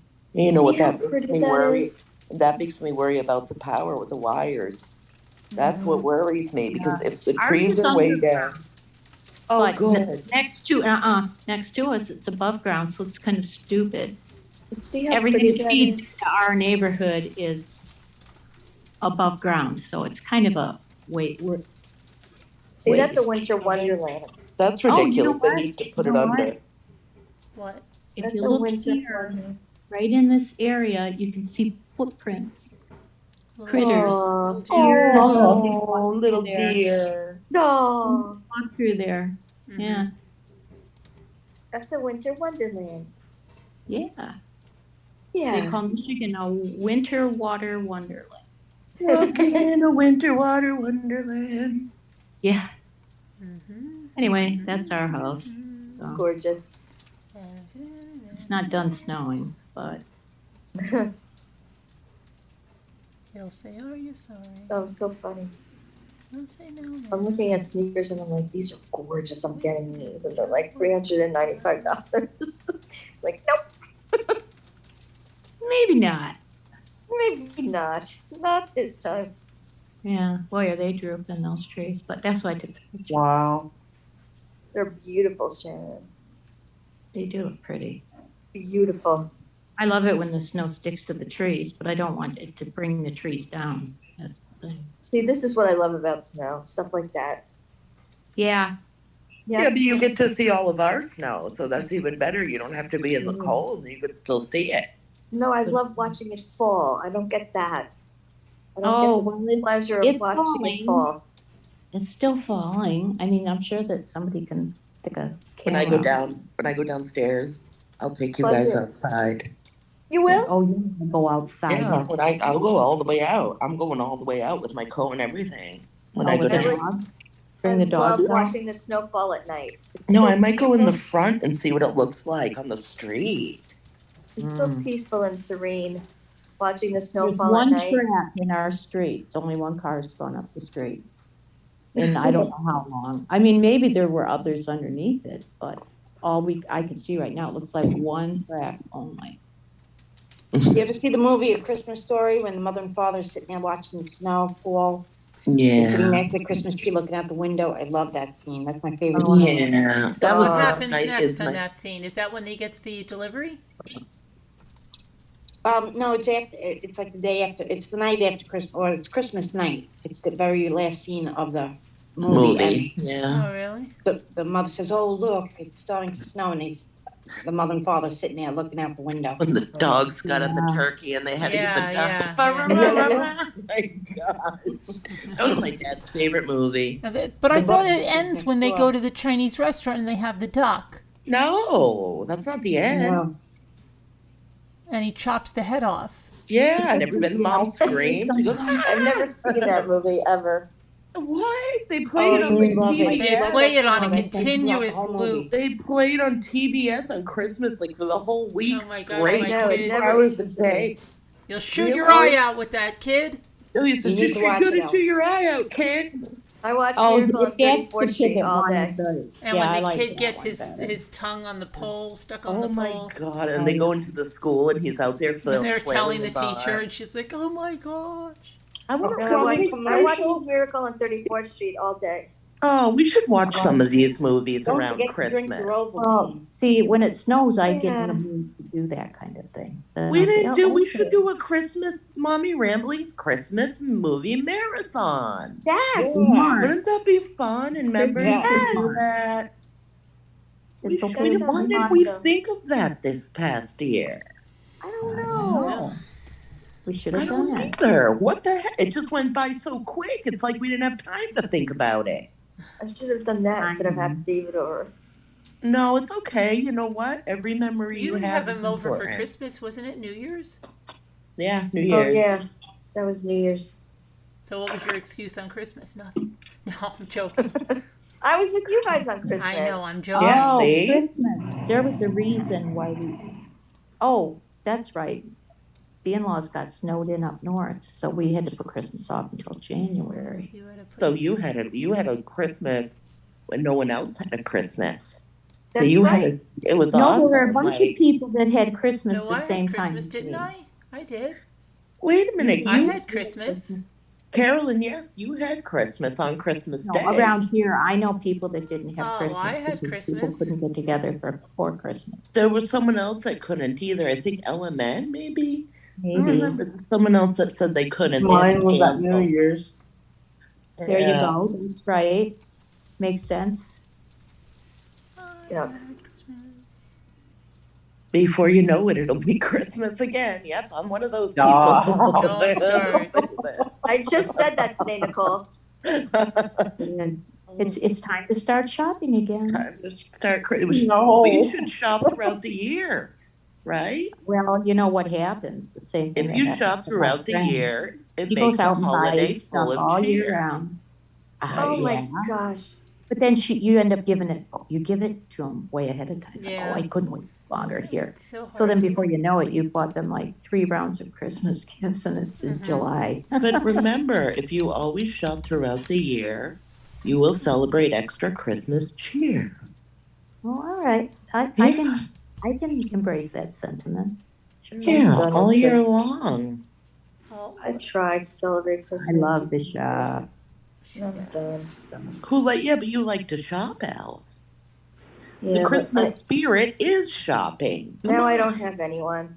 You can Oh, buy for stop us it. if you want to buy for us. There. Yes. There you go. How about that? Okay. Send us all gifts, Just Al. kidding. I'm We'll kidding, do Put Al. us all on We your love Christmas you. list. David was my last person left.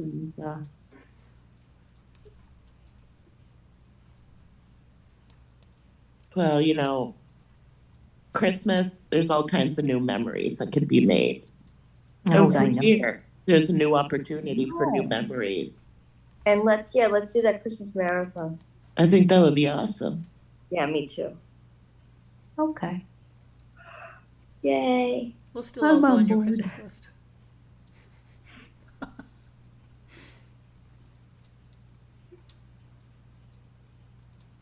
Sounds good to me.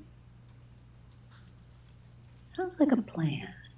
I love Miracle on 34th Street. Does anyone like that movie, the old one? Yeah, I love that one. The old one with Natalie Wood. Yes. Yeah, I like Yes. the old one too. That's my very favorite Christmas movie. 1934, I think it was, maybe. I can't Oh, remember. Is No, it really Love it with the 34? Thanksgiving Natalie Wood? parade.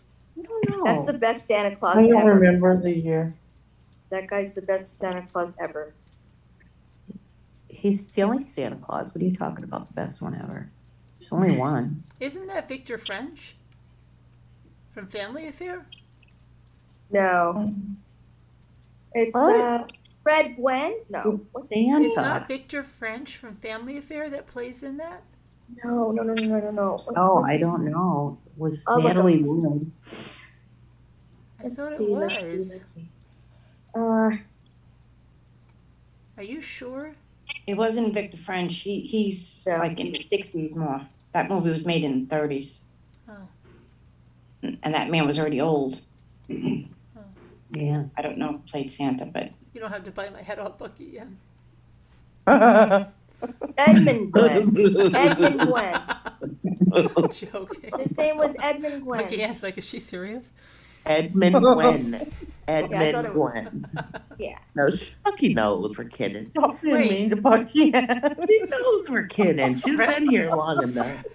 She's like quiet, like, Fred I didn't even Gwynn. You see how I was the drunk Santa.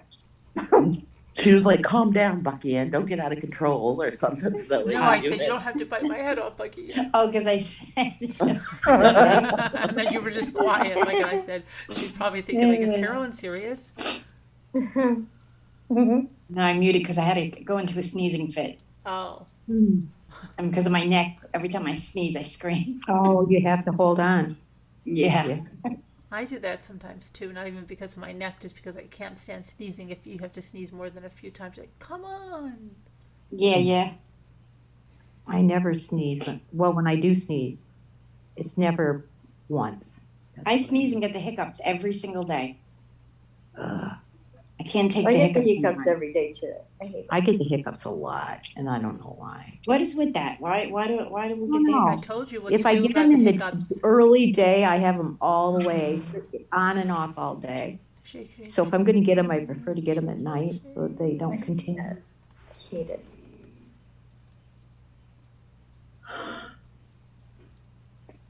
Oh, boy. You yawning, Sharon? No, me? No, Sounds like it. I want to show you guys my sundresses. I wish I could show them to you. What is this new thing that they're selling, okay? Razor blade disposal things that look like sharps containers. What the heck is this about? Is this because people are using like these razors now?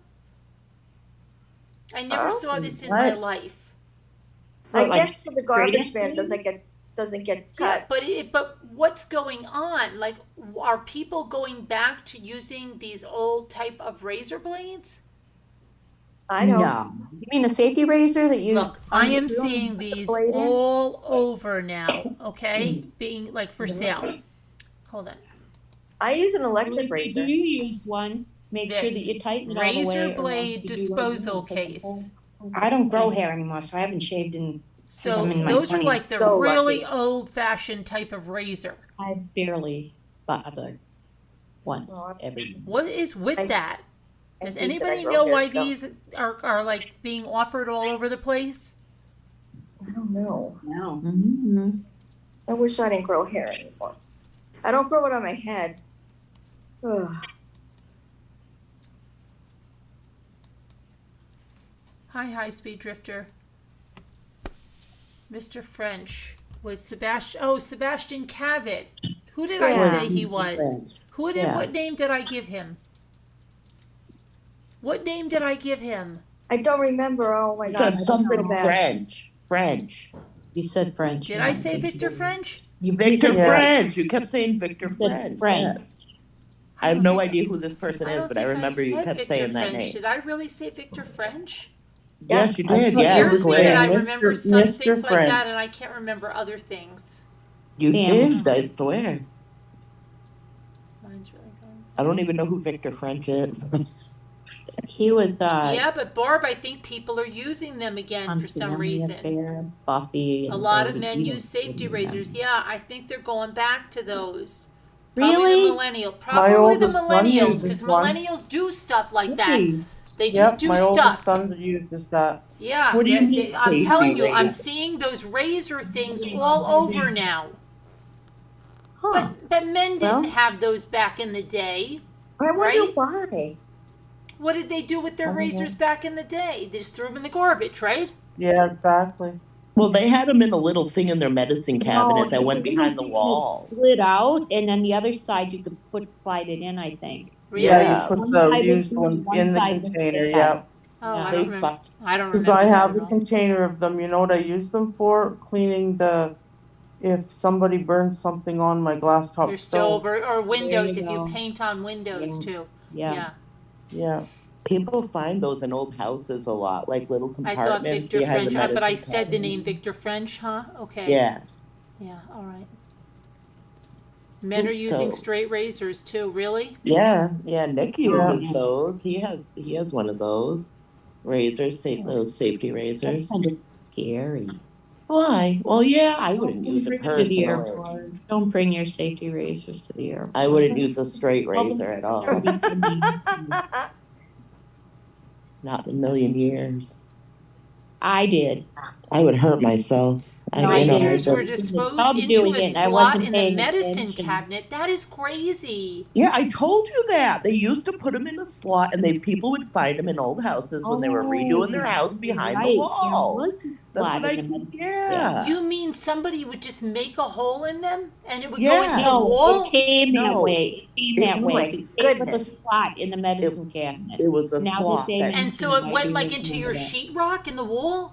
yeah, in the wall behind. Not she's. They didn't use Oh. sheetrock. They used like horsehair plaster and all that back in the day. Oh That's goodness. They didn't crazy. have I don't ever sheetrock. remember that. I never saw that. They used horsehair plaster. My house was all horsehair. Who And would it still think is of on my that? side. Who would think of that?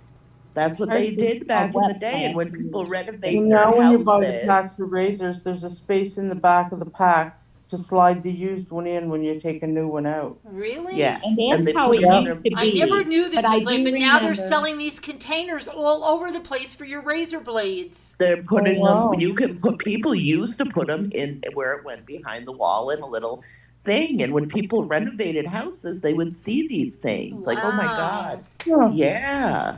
That's Yeah. true. I have My found dad razor always blades in used the a wall razor behind like the that, and there medicine was no cabinet. hole for them. Wow, high speed. Shoot, I think I used Cool. the same razor blade for the entire school year when I was in school.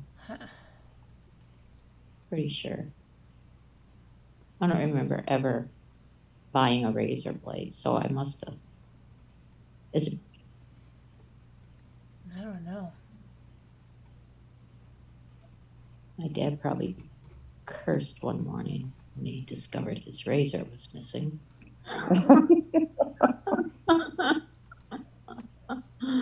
Oh, who took? The guilty party was not there. Guilty. I never mentioned it, I though. always use the Venus. I like the Venus ones. I had the Venus. Yes. You like the what ones? I get Venus. them on the coupon site for really cheap, like with all the refills. Oh, the Venus. I bought like one. a 12-pack at Costco a Lord. few years ago, and I still have 8 of them. Just to give you an idea how often I use them. Linda said she wants one. I gotta get one to Linda. What? A Venus? Yeah. I'll bring her. I'll bring Venus. some. Remind me, and I'll do that. Yeah, she said earlier, she's like, Carolyn, I want one of them Venus razors, because Carolyn has a lifetime supply. Venus like the cartridges. Why Yeah. don't you guys use electric razors? Not on my No. legs, not for my No, legs. it scratches your legs up. Really? At least it does mine. Yeah. Yeah, it scratches my legs all up. Oh no, why am I using that? What? does Is What it are you scratch using? yours up? Maybe. Oh, well, just use Deborah. just get a little Venus razor. Get a little Venus razor and try. They have 5 blades, don't they? 4 or I think 5. so, yeah. Something like And that. they're good for everything? They're good for everything. Okay. And then they have those razors. They have like the moisture thing on it. They have like a moisture Yeah, they- gel. Yeah, they Those have like a are little strip nice. at the top that, yeah, Um, they're Yeah, I like those. forever. Well, unless you really need to shave like every week, then they probably don't last that long. I don't know. Yeah, but I don't. I'm just legs, Just I'm just, yeah, and I'm not, I have hardly anything growing anywhere anymore, so it's okay. Relax. I am Yeah. doing it I don't have TMI. that much hair on me. one place. I'm pretty Deborah's unirritated. asking High 61 if they're enjoying the hair conversation. Sometimes we forget we're not just like in the Zoom. Yeah, I forget. But that's Sometimes okay, I forget we're live. because this Welcome to is the real. Zoom, everyone. This is This how is- it is in the This is Zoom. real life. This is real This life. is what we We're talk human about in beings. the Zoom. Come join We're us. human beings. I mean, we're all the Come join same. us for scintillating conversations. Yeah. Yes. Never a dull moment You here. will not be sorry. Well, you might, Ever. but Ever.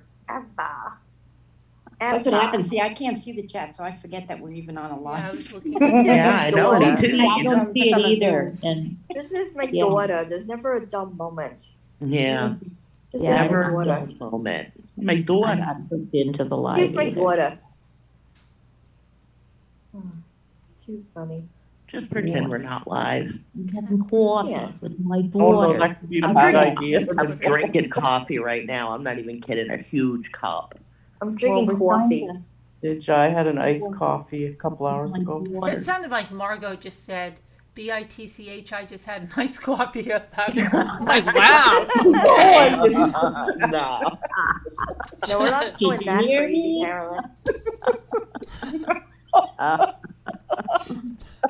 Oh, Martha. Oh, There ain't, Oh, there you ain't no didn't messing say that. around when it comes You to have such a coffee. reputation, undeserved. Yeah. There's no messing around when it comes to Margot and her coffee. reputation. Deborah says I don't recommend you pretend it's not live. Wasn't it? Kevin doesn't have power. He doesn't have Kevin's power? not here. I haven't Nick seen Where's said- him. Kevin? He doesn't have Nick's power. Power. He doesn't have Oh, power? he has no He has no power. power. What? I should have On run the that. news, it said 1.2 million people are without power. Kevin's Really? out of power? Oh, Yeah, but Where? he's not Where are too they bad. without power? Yeah. What states? Arizona, I saw. Arizona? Why? What's happening in Arizona? They had such bad storms, like houses just blew down, and I don't. I Are have you no idea. serious? Yeah, I saw it on the news. Gosh. Oh my I wasn't God, they're all listening, but- there. I have friends there. I I'm gotta gonna go look check. that up. Like No. in the valley in Maricopa County. I don't know. I Mm. just looked. I was like, "What state is that?" And it said Oh, AZ. you know, I was like, my "Oh." cousin posted snow in Scottsdale on the mountains. No, there was not. Yes, she posted Oh, a yeah. picture. On Camelback Mountain? I don't In know what Scott- mountain it was. She posted a picture. Yeah, the people that Historical live in area. Texas Yes, Snow in the listen. mountains. No It's- way. It's yeah. Scottsdale. It doesn't snow in Scottsdale. It's saying that I think it was in 8 states or something like that. something about, let me see here. Unprecedented weather. That is, it snowed in Cali. 3-day severe weather Yeah. outlook, Phoenix, Arizona. Phoenix, that's the valley. That's Maricopa County. No, but there are. Winter storm mountains. watch, heavy snow in northern Arizona. Oh, Okay. Well, that's near Shiloh and It's up there. saying to the severe Tucson. weather outlook. Let's see.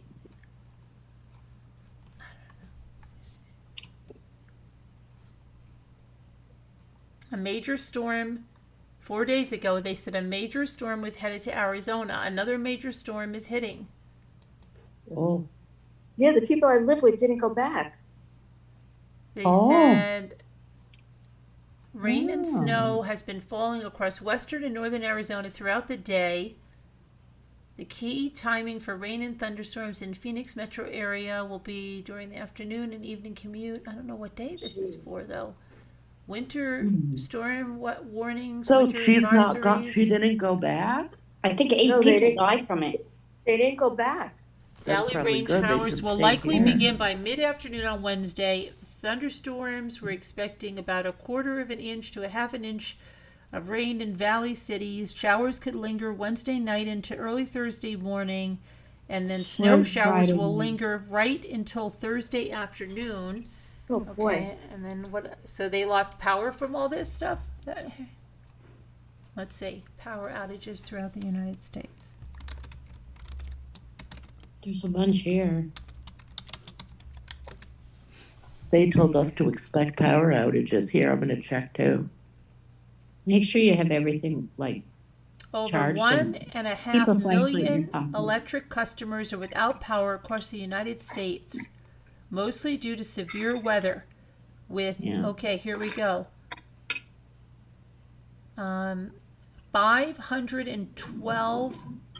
512,000 out in Kentucky, 289,000 out in Michigan, 253,000 out in Tennessee, 104,000 out in Ohio. Jeez. Wow, My goodness. crazy. I hate being without power. I just hate it.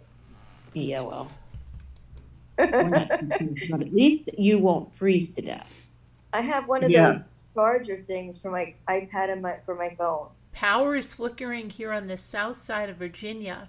So here's somebody else saying, I'm anticipating the power to be off shortly as the winds are 50 miles per hour nearing me. Yeah. I have the heaviest blankets. 40 here, they Is that said. affecting Linda, maybe? Sharon, what kind of blankets do you have? What do you mean? What kind of blankets? What kind of blankets do you Thunder, have? snow in downtown Toronto. I have cozy blankets. Live update from Waffle Probably House in quilted, central right? Tennessee. Ahead of a Don't know what fast brand moving, they're- potentially significant Some of them severe are weather quilts. day, extreme wind Yeah. shear in place for fast moving, strong tornadoes. Oh, Oh, goody. I have a warm comforter down. Then I have a Sherpa blanket. There's nothing as warm as a Sherpa Extreme blanket. temperatures around the world. You There's have brutal down heat and in Mexico. Sherpa in California? Oh my goodness. I'm gonna look know. up Sherpa. You'd be frozen here, Al. I have it like a meat locker in Oh, here. there's a hardcore storm chasing at Buc-ee's in Crossville, Tennessee. Oh, Jeez. Buc-ee's I thought was a fast food place. I make it like a meat locker so I can cuddle out. I Snuggle out. thought Buc-ee's was. Sherpa, you can get a nice I guess so. Sherpa. I was told You- Buc-ee's was a fast food place. Yeah, I thought it was. This looks I like a don't know. convenience store. And Oh, these guys are out there in the rain just taking photos. Let's see what this is. Thunder, snow in Ontario. see? My daughters Yeah. both have a Sherpa blanket. They're very, very inexpensive.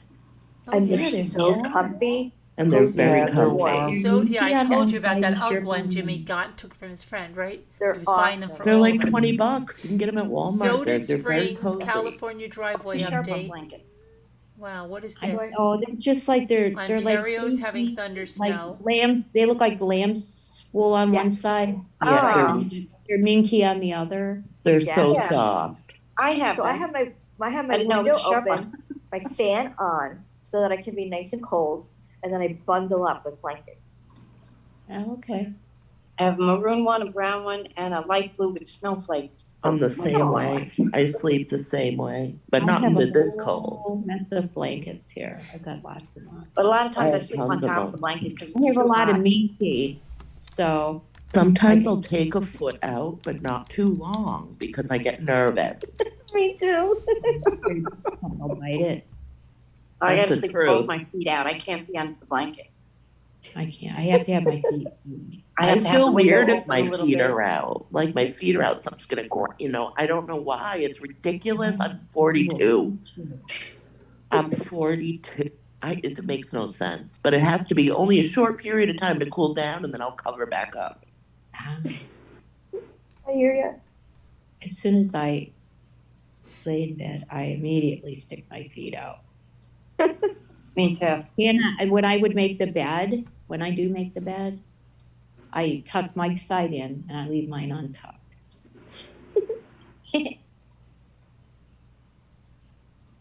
I'm hearing thunder again. Oh my Oh, gosh. no. I should make my bed, but I don't make my bed. I don't know why. I feel like the sheets can be out and everything opened, and I don't know. Oh, I have to make my bed. Maybe that's not thunder. Maybe somebody's stuck in front. Hang on. Go Mary check. Warren says Bucky's is a gas station and it has food and gifts and useful things. It's huge. Oh, but somebody told me it was It like is. It's somebody drive trying to get through up and the they have hill. food They and can't get stuff. up the hill. Somebody was trying to convince me to stop down there on our way down. It was Down Linda, I there. think. Mm-hmm.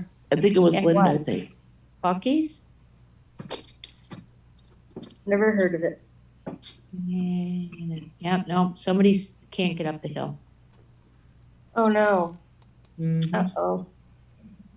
I'm not going out there and pushing them. Can't get up the hill by your house.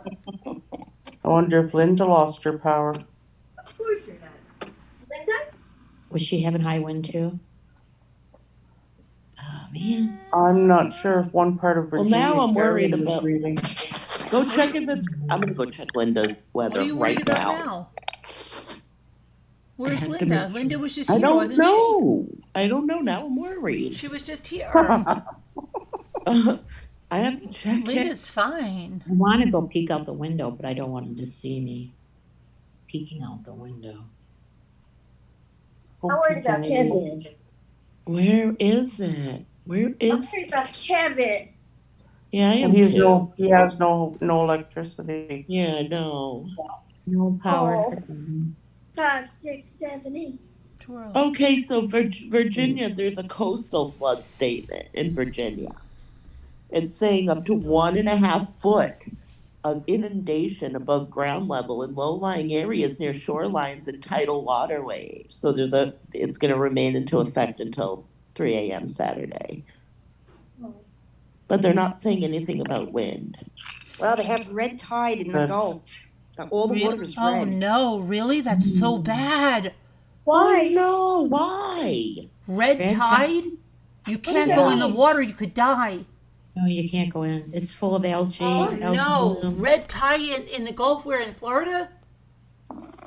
I don't know. Somebody's snoring. Somebody's snoring. Who was that? I just saw a headline as I walked past the TV. And I gotta go look outside. I want to Could that see be how Marco? bad. Red tide in the Gulf. Crazy. And it's getting More goes worse. up. Red tide. They showed pictures of it. Well, it's all crazy. bad. Somebody's snoring. I'm not.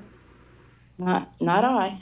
Hear it? That's I Lacey. hear it. That's Yeah, I just heard it. Lacey. Do you Who? hear me? It's Bucky Ann's Oh, kitty great. cats, Linksy, Oh, Lucy. purring. Yeah, I heard him. I knew who he was right away. Wait a minute, what does it mean if there's a red tide? I'm gonna go check. I don't know. And I'm freaking out. It's red algae that's like, Wait, okay, I'm gonna look Real now. Are danger. you sure this is happening, Bucky Ann? Yeah. Jumper. Red yeah, I The just end of saw the it. world. tide Fox in News Florida? showing. I don't know, it just said the Gulf. Oh my God, it's true. The end of the world. Since October 2022. Oh, but that's Oh, October. that's No, it's since 6 then. months It's- ago. No, No, it has definitely not been since then. It's on the news now, so it said it's getting worse though. That's what it's saying. Deborah I says see. it's me. I'm A A bloom snoring. of the toxic Oh, algae as yeah. red tide continues on the southwest Florida coast this week as spring break season. Wait, what is this from? Hold on. Let me see. This is March 3rd. Okay. It's a As horror spring story. break season gets underway on area beaches, reports of dead fish, respiratory irritation came in from Pinellas, Manatee, Sarasota, Charlotte, Lee, Collier counties over the last 7 days. A red tide update from Florida Fish and Wildlife Conservation Commission said red tide is caused by Carina brevis, a single-celled organism that is found in the Gulf of Mexico. High concentrations of K. brevis cells cause blooms, and they release toxins that can kill fish and other marine life and cause respiratory issues for people. Patchy drifts of red tide algae have remained present along Florida's west coast since October. Oh, wow. Conditions great. at My local son was there beaches all vary day to day and week to week depending on location and strength of algae, as That's well as crazy. wind and tidal conditions. Several online resources can help you check if your favorite beach is being impacted. Wow. Great. So it's Okay, only when on the Gulf, it's not in the Atlantic? Well, that's good news. What I thought was the Well, it's stuff in the in Gulf front next for of our house now. is That's the where my next son door was neighbor's holding. snow plow coming to plow their driveway. And now he's coming home sick. Oh no, was he there in the Gulf? Wait, Bucky Ann, what? Yeah. Yeah, he was in Sarasota. Oh wow. Who was? My son. Oh He my was in the God. Gulf. He was swimming in the Gulf. Yeah. Oh, no. Recently? Oh my There God. used to just be saw signs up yesterday. There right? now. Yesterday and the day before, pretty much every day, I think. Man. Have they ran into any of this stuff? If you talk, like, Not that he didn't say anything to me about it. I don't know. And I don't know if his father would even like be aware of it. Oh boy. There's signs normally, don't they put signs up at the beach? Well, I guess so. Don't swim. red Or tide something like- I devastating hope so. Florida. oh my God, that's so sad. I had no idea Red this was tide is going becoming on. a major issue on Florida's west coast 3 days ago. What is red tide? Red tide can cause eye and respiratory irritation in people. The respiratory irritation can be particularly severe in those who have pre-existing respiratory conditions like asthma. Red tide is a concern along the Gulf Coast of Florida and South Texas, but this year's red tide is particularly intense along Florida's west coast. Why is it so intense this year? It says scientists are still studying how red tide develops and why it lasts in varying times. Can red tide happen on Atlantic beaches? The algae that creates red tide is found almost exclusively in the Gulf of Mexico, but that doesn't mean it's exclusive to Florida's west coast. Red tide blooms can be moved by ocean currents, and portions of these blooms have crossed into the Atlantic. Sometimes the blooms drift away from the coast and enter the Gulf Coast, the Gulf Loop current. From there, the current pushes the blooms out towards the Florida Keys. The blooms can then be picked up by the Gulf Stream and can lift northward towards Florida's east coast. South Florida has reported red tide events in previous years. Even the coastline of northeast Florida has reported red tide. Really? Red tide better not be in Folly Beach. That's No, northeast no. Florida. I know. I mean, Oh, that's crazy. well, hopefully it's cleared up by then. Hopefully. We have a while. We do have enough time. Hopefully it Yeah. goes away. Oh my gosh, you're not gonna believe this. What? Wow. It says 1 day ago, Folly Beach receives millions for emergency beach renourishment. What? What? That's what it said. What? No I don't way. It understand. said Folly Beach received a renourishment. significant What amount does of that mean? federal funding for emergency renourishment following beach damage from Hurricane Ian. Oh, Oh. Let's see, it says the September storm washed away sand dunes and caused erosion.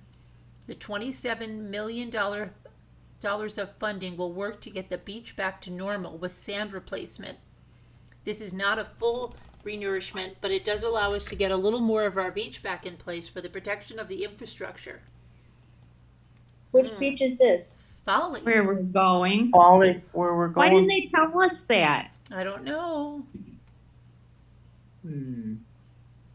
Well, maybe it'll be done by then. Oh, it will Hopefully. be. We have months. Yeah, yeah. I hope so.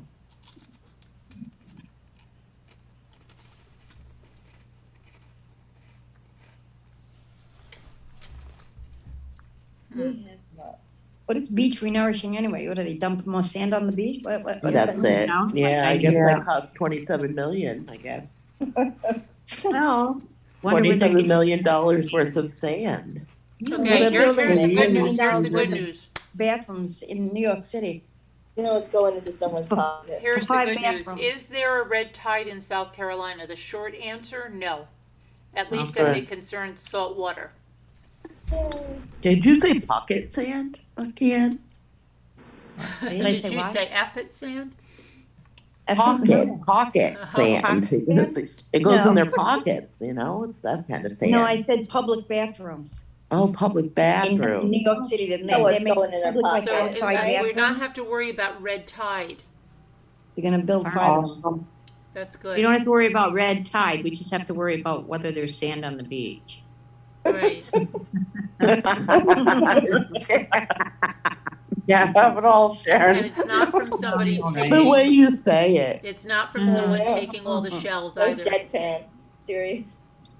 That lady said I could take all the shells I wanted. Yeah, She did. that's it's easy for her to say since there aren't any. Maybe somebody took too many shells and that's why it Well, needs to be are they gonna replenished. get at least some sand that has shells in it, or are we gonna be? Yeah. Or is it just gonna be plain old sand? Yeah, I know. Like, I don't want to get Home Depot sand. What if it is Home Depot? What if it is Home Depot sand? Stop. Well, I guess we'll make sandcastles. Find out. Yeah, we'll be making a lot of sand. Yeah. Thanks, Home Depot. You're We had a great vacation. Stop it. Stop. Oh boy. Is Lacey get, And he's packing my nail I wanna polish. see him. Hi, Lacey. Wait, wait, I yeah. want to see 'em. All right. There's Lacey. He won't let Hi, me. baby. Hey, Lexi. What a cutie pie. I kiss her. I love her. I love you. Oh, I see. He wants. Oh, he doesn't want you to file your nails. Stop. No, because you know what that means? If she files her nails, the scratches aren't as strong. That's why.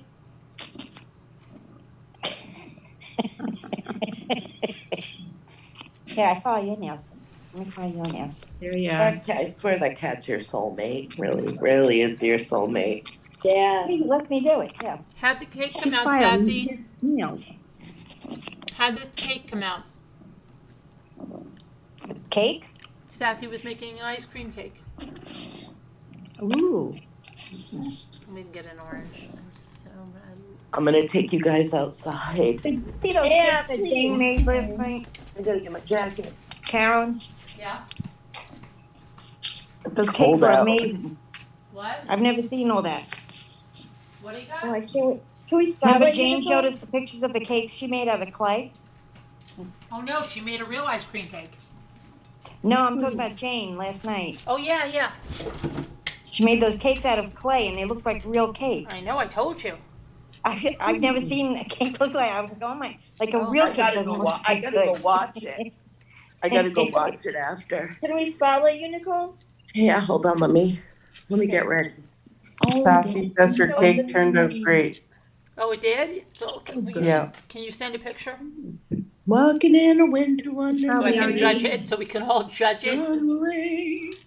Yeah, can we judge? We want to judge your cake and see how good it Stand is. in judgment. You want to see? We want to see if it's Oh, exactly yes. even on all sides and Oh, if it has the right well. disbursement.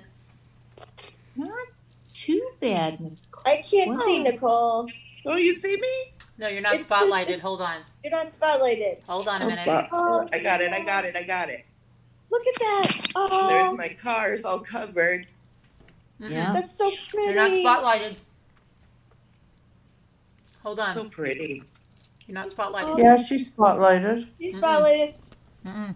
See? Oh, Nicole, that's so beautiful. Nice flag. Yeah. Oh, it's like a blanket. Is it still coming Now down? she's spotlighted. Oh yeah. Put it Yeah, up to the still light. coming. Put it up to the light so I can see the snow falling. Let's see if I can zoom in. I don't know if I can zoom in. Let me try. Oh, it's so pretty. There we go. Let's see. Now You can. Yeah, I can see it. Yeah, I can see it falling. It's blowing. Yeah. I see it. It's gonna be heavier at times. It's light, but it's getting a She little was sticking heavier. on the Well, wires, the eh? thing is that those are the little teeny flakes. Those are the ones that really accumulate. It's the big fat fluffy ones that don't accumulate. They look really pretty falling because they fall down so nice and softly.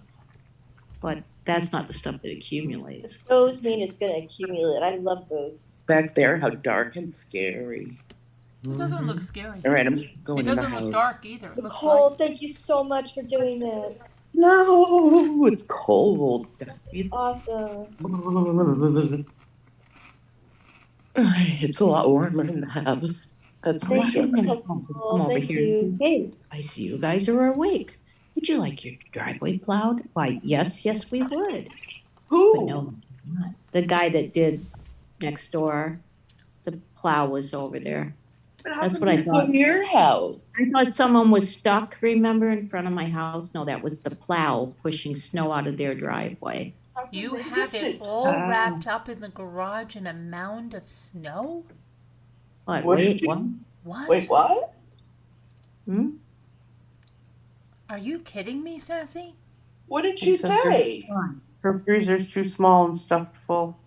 You brought a whole bunch of snow into your garage? Heck yeah, to freeze her food.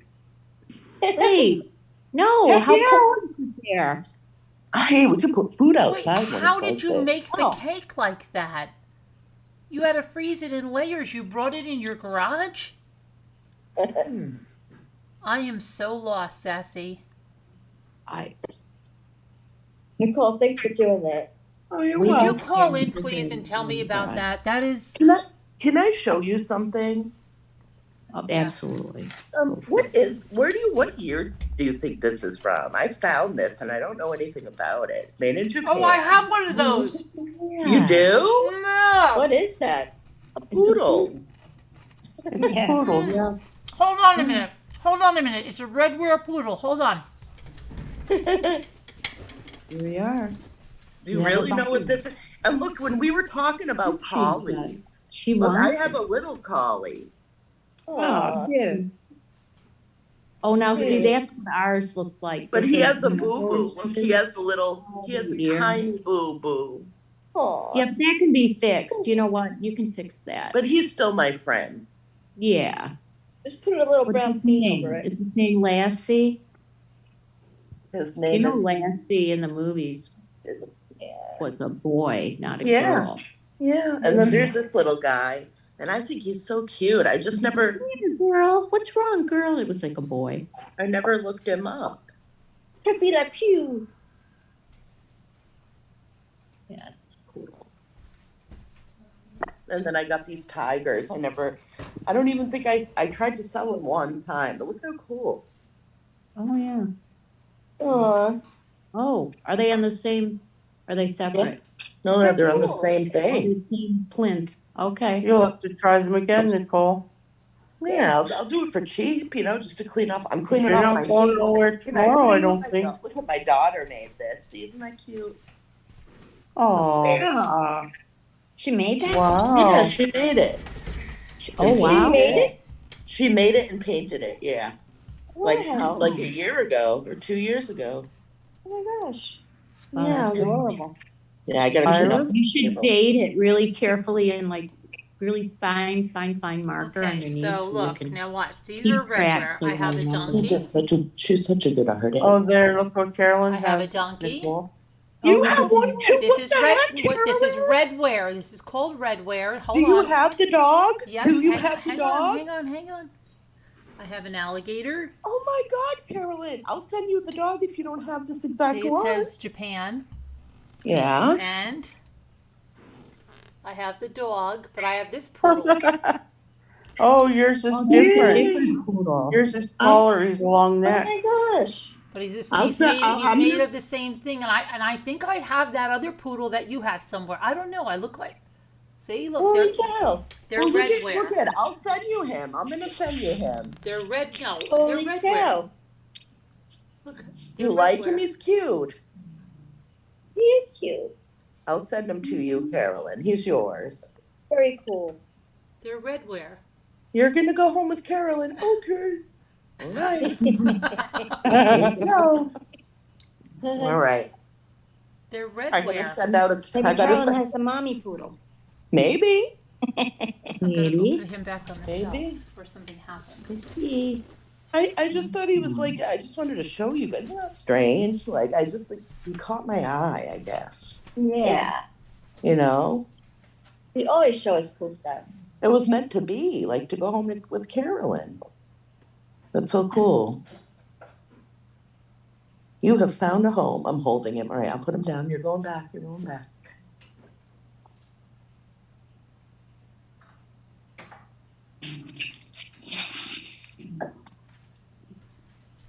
I got to start my spring clean, and I want to clean out the whole shed. The entire shed is Wow. full. Oh, no, really? Ugh. Gonna be God some- knows what's in there. Like tools from the 1800s, like old Do rusty. you really? Yeah, we never Don't like. throw them out because if you've That's got worth like a lot. You can sell them on Really, Exactly. I found some really Yeah. old stuff in the basement. I don't know where. eBay I gotta something. show you it sometime. It's crazy, like old tools, like old measuring things, and Right. Yeah. Don't throw them out. Those people are really into those for some. like an old like a shoe block thing where they replace their shoes and stuff. There was like one of those things, like a shoe horn, like really old. Jimmy Oh. made this amazing Stuff, yeah. cake tonight. Do you know that? And did you see the old newspapers I found from like the turn of the century? Did I ever show you guys the stuff? that I- Really? Oh, really? Oh my God, I never Jimmy- showed you guys. Jimmy made No? this amazing cake tonight Wow. with vanilla bean icing. Oh, So- that and was He made real good. vanilla bean icing. It's so good. It's He made it real vanilla bean. How was it? Just like that looks so good. I want something. What like is that? What is it? Heaven. That's he all. made this like chocolate brownie cake with this vanilla bean icing. The vanilla bean Oh. icing is so good. Oh, yummy. He made Jimmy it- can bake. Cassie says that every layer she put it in the garage. Yummy. How did you do that? Yeah, if you make a layer cake, you gotta slice it, make the layers, you have to freeze it. No, the Right. ice cream cake, but how did she do it in the garage? Is what I'm saying. Well, How did She you said do she that? brought snow in to Brought keep it snow in. cool. Brought snow into her garage. How Garage did you bring was heated. snow in her garage? Wouldn't it melt? Right. Unless- The garage garage isn't heated. heated probably. Her garage isn't heated. yeah, my obviously. garage is never heated. Mine is. That is Uh, crazy. My Probably garage pretty isn't cold even there. attached to my house, it's separate, so. I hope you're not going to have an animal that eats that ice cream cake or something. Oh, that would be. Well, she's not going to open the door. She and said say, she has "Come it on." all Well, I wrapped guess up. it would be that animal's lucky day then. What I would have done, I probably would have taken some stuff out of your freezer, put that out there, and did the layers there because that must have been. I can't even imagine what that was like. She says it's only 20 degrees out. I told my husband you had the Oh, mama that's not poodle. He's cold like, enough. cool. She needs 0. She'd be better off taking something out that she plans to cook tomorrow Yeah, I would take your other stuff out and and put that ice putting cream it cake into in the your freezer. refrigerator to thaw and put it in the freezer. It's not cold. Baby. 20 degrees isn't cold enough. Hi, Bella. Hi, 0. baby. Probably won't be able to order anything tomorrow night. I'd Gosh, hate to see that get ruined gosh. and not be frozen enough or You don't something. know. It won't set up enough. My doggy's out there. It's not Look at really this. a lot of work. It's just, it really isn't a lot of work. It's just steps. It's really a very easy cake to make. There. My husband's outside with the dog. Where is she? Ooh, it's cold. It's freezing. Oh, you're back out. Yeah, I'm back out with my husband's over there. Is that your husband down there? Oh, Yeah, he's wearing skeleton pants. I don't know. He likes those. oh, He's I thought he outside in the yard? fallen in the snow. We're all outside. Look at the snow coming down. There's Oh, we're with Moxie. Oh, We're going to get a treat. Yeah, she was good. She's full of snow. No, Moxie, you're full of snow. Let's get in here. well, you know what I wanted to show tonight? Hold on a minute. I don't know if anybody's ever seen this.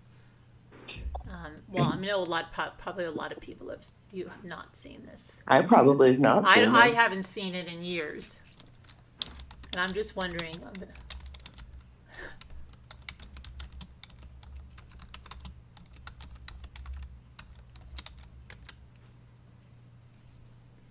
Let me see here.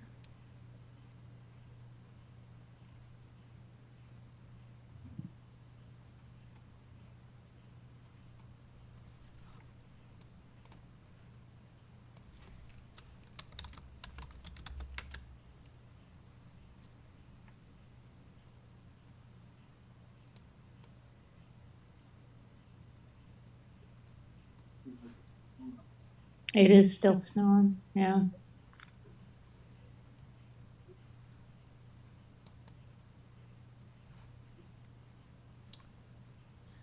What else I have? This Avon. Oh my God, look. But I just have the bride. I don't know why. I just have the bride. But she's really cute. And look at this. This is even, look at the detail in this. Mm-hmm. I It looks remember like- that. It's from Avon. Yeah, I remember that. But What I does don't know here what it say on the bottom, does it? Summer Bride, hand painted porcelain, Avon, 1986. Oh, Isn't she beautiful? I have to find the groom. yeah, Look at her nice earrings. yeah, I like her dress. It's cute. Yeah. I don't What know. does Carol have to show? Because I don't know, okay, I know that probably, like, a lot of you weren't here when I did this, and don't say anything, Sharon, because Sharon knows. I'm sure I don't know. Sharon knows. Oh, well, Sharon's Sharon been here knows. forever. I'm knows sure everything. Sharon knows what I'm going to show. Sharon knows Yeah, everything. but which Sharon knows? The real one or The real Sharon knows. Is it the real one or the? Okay, The it's a real Memorex one. version, no, the real Sharon knows. Cuckoo, cuckoo. Let me see, okay. Wait, It's a lot. wait for it. I'm taking my vitamin. I forgot.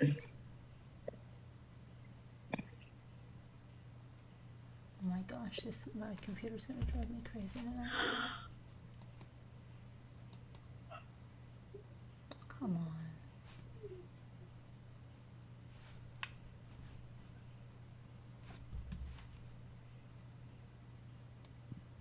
Okay. So this was Betty Broderick. Tea? Oh, Betty Broderick. Coffee, my tea chaser. So I'm really going out there.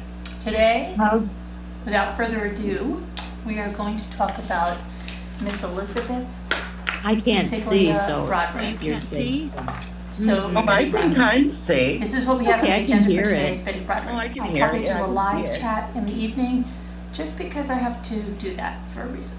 But Aw, anyway, I'm also going Carolyn. to talk a little bit about. Look our at Betty your Broderick. outfit. know, Let's dive into the Betty Broderick. You gotta be okay? quiet on this one, so Elizabeth something Ann happens. Bisciglia was born in 1947 in East Chester, New York. She was one of 6 children born to her successful building contractor father, and Betty's mom ruled their roost. And their father being so successful, Betty and her sisters had closets full of designer dresses, they had cooks and they had housekeepers, and they were used to a very upscale lifestyle. Betty never lived away from home. She graduated from high school in 1965 and then attended Mount St. Vincent's Catholic College, where she majored in English. Shortly before her 18th birthday, she went on a chaperone trip with a girlfriend to Notre Dame. And there, she met a young man in tortoiseshell glasses on the nerdy side who came up and introduced himself as an MDA, medical doctor, almost. Betty wrote him off as kind of a nerd and really didn't give him more than a second glance, while she says that Dan said the first time he saw her that she was going to be his wife. Betty returned to New York to start her freshman year at college, and Dan had told her that he was going to be starting medical school at Cornell in Manhattan that following fall. During the year, he kept sending Betty letters and telegrams, and so by the time he returned the following fall to start medical school, her interest was more than piqued, and they met up and found out they had some things in common. They both came from large families. Dan grew up in Pittsburgh, one of 9. He was the oldest of 9. And his father was the son of an Irish immigrant who was very adamant that his boys were going to be very successful, and they were. All of Dan and all of his brothers attended Notre Dame, but his brother Larry felt Dan was the smartest in the family. So in 1969, after asking Betty every day for 3 years to marry him, they finally tied the knot. It wasn't without some tensions, even though their pictures look picture perfect. Dan didn't want to wear a cutaway rental tuxedo, so he wanted to wear a custom blue pinstripe double-breasted suit with a floral tie, which he did. But Betty's mom didn't appreciate it, not at all. In fact, she held quite a big grudge about that, even though their photos show a bride enveloped in lace, tall, beautiful, blonde, and her somewhat nerdy tortoiseshell glasses wearing husband. Betty's mom said she wasn't going to hold any of Betty's belongings at the house or store them, and that Betty needed to take them all over to Dan's very small, cramped medical school dormitory room. Yes. Now on the honeymoon, that's when things began to change, before they even got home. Dan, seemingly feeling very confident that he didn't have to vie for Bets, as he called her, Bets's attention, kind of just stopped courting her. And Bets didn't like that too much, not at all. In fact, as she returned home from the honeymoon, not only was she pregnant, she was also thinking this marriage might have been a mistake. Nonetheless, she began teaching the 3rd grade. She found out she was pregnant. She needed to conceal her pregnancy through that year. Gave birth to their daughter, Kimberly, and that's when Bet's mother sent over many essential clothing items for the baby from Saks Fifth Avenue, but their little daughter actually spent the first months of her life in a dresser drawer as her crib. Now, Dan, graduating from medical school, decides that he really wants to embark on the emerging medical malpractice field. So he talks to Betty about going to Harvard Law School, which she fully supports. because she sees that it's going to bring with it what they both desire. The lifestyle, the opulent lifestyle they both crave, along with the big family, and being very successful. So she is fully supportive. They moved to Somerville, Maine. However, as Dan becomes involved in law school, he's making friends, he's blossoming, he's, immersed in conversations every day, where Betty's feeling very, very trapped. She gives birth to their second child, another daughter named Lee, and she is now away and isolated from her family. She doesn't have friends really in this working class town, and she's feeling very trapped with the kids. Now you'll find Betty is now resorting to these threats of leaving Dan, which will continue through the rest of their marriage. In fact, Dan's brother would estimate that in the 12 years of marriage, she must have threatened to leave him at least 100 times. They always seemed to be empty threats, because she would find herself pregnant or something else and decide, it wasn't something she wanted to do, but it's something she used. Dan was no prize himself. He had his own issues. And nonetheless, he graduated from Harvard Law School, and he got a job out in San Diego with one of the oldest law firms out there, very prestigious law firm. And he quickly moved right up the ranks because he was a very powerful orator, and he had a sense of humor. And that combination just made him very sought after and helped him to rise through that company very quickly, so that his income level quickly rose as well. And Betty really appreciated that too. They started to, really start rolling in the chips there, and Betty gave birth to their third child, their first son, Daniel Broderick IV. And they bought their first house out there. They were putting in a swimming pool in 1978, and in 1979, Betty gave birth to their fourth child, a son, Red.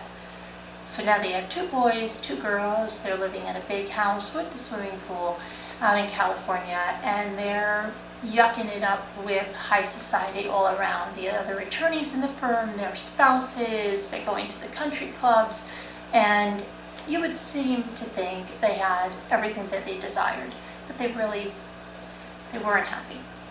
Betty, even though she was fully immersed in being a mom, she was coaching soccer and into scouts with the kids, she was feeling very, very trapped. She felt that she went from feeling accomplished and just feeling so great about herself to feeling just no identity of her own other than being a mother and Dan's wife. And it wasn't sitting well with her, let's say. The threats of divorce kept coming, and there was violent sides to both of them. In fact, Betty picked up a stereo once and threw it at Dan. And he was no picnic either, taking an empty aquarium and throwing it off a second-floor balcony. She threw a bottle of ketchup all over the wall. He would stay out late drinking with his colleagues, and he wasn't a hands-on dad by any means. So Betty pretty much had 100% of the child rearing on herself. She cooked, she cleaned, she entertained, and it just didn't seem to be enough for either of them. Now, even Betty's own daughter, Kim, her oldest daughter, will testify that her mother was a force to be reckoned with, to say the least. She became very angry, and it wasn't just at her father. She remembers her mom getting dressed up to go out with her father, and then at the last minute she would pull out and she would decide she wasn't going. And worse than that, she would tell the kids that she was leaving him. She was going to get divorced, and they needed to understand this and decide who they were going to live with, and she wanted to know who they were going to live with. So she played her own games, not only with her husband, but now she was doing it with the kids too, making them choose sides, just bringing all this turmoil. and she would lock Dan out of the house, and he would have to climb in through a window that one of the kids opened, and, you know, to be very quiet. And like I said, his brother said she must have done things like this 100 times. So, however, as tensions grew, Betty took that anger out, like I said, not only on Dan, but now the girls. She had been known to throw frozen food at her daughters, sometimes hitting them in the head. But Lee was a real bone of contention for her mother. She was very headstrong, and she challenged her mother quite vocally. When one day Lee proclaimed this to her mother, that there's no use in spanking her because they don't hurt, you can't hurt her with that, Betty proclaims that the next time you're bad, I'm going to come after you with a fly swatter.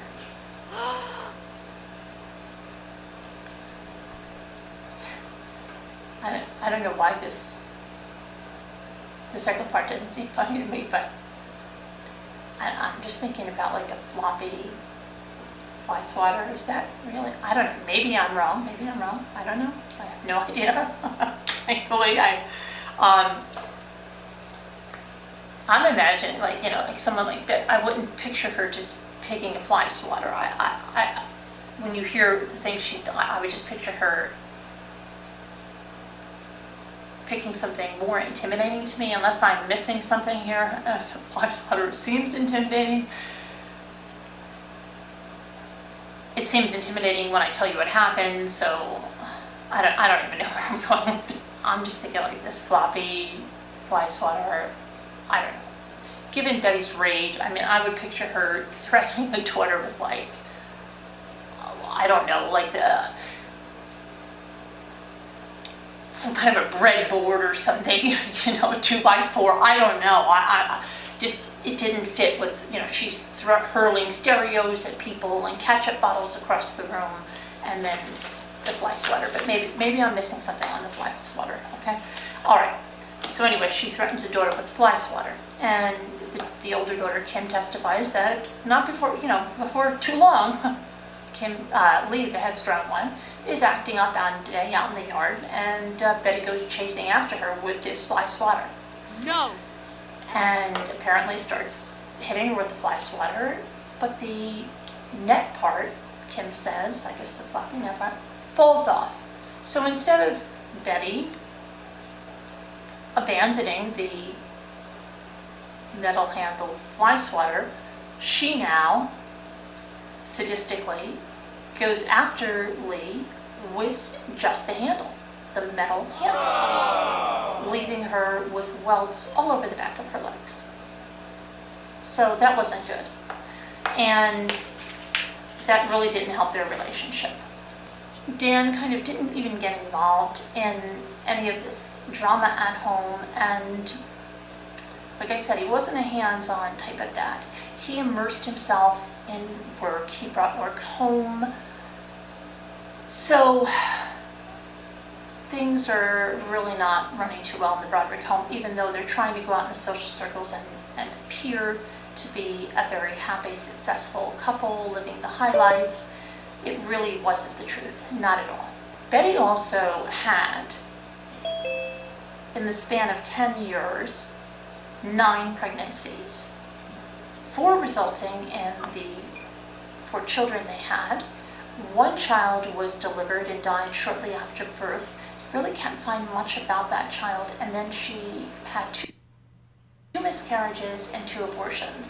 About this time, Dan started to go through some changes that Betty attributed to a midlife crisis. In fact, she started even shopping for books about how to survive a midlife crisis, when he would do things like come home with a brand new Corvette. My dad did that too. Okay, so anyway, he came home with a brand new Corvette, unbeknownst to Betty. He decided to hire the receptionist, Linda Coquina, who was 22. She was a former stewardess and paralegal from Salt Lake City. Well, he decided to make her his legal assistant, whereas before he would just share the receptionist. Well, Betty found this a little suspicious, and she started asking him about it, but he would always deny that anything was going on. She decided maybe a trip to New York City for them would be good, and instead of going out and seeing a bunch of attractions, she decided to keep it low-key and take him to their old stomping grounds and rekindle maybe some of that romance that they originally had, but it didn't work out so well, and while on a walk, she says that Dan told her that he really didn't love her anymore, so that didn't work out too well.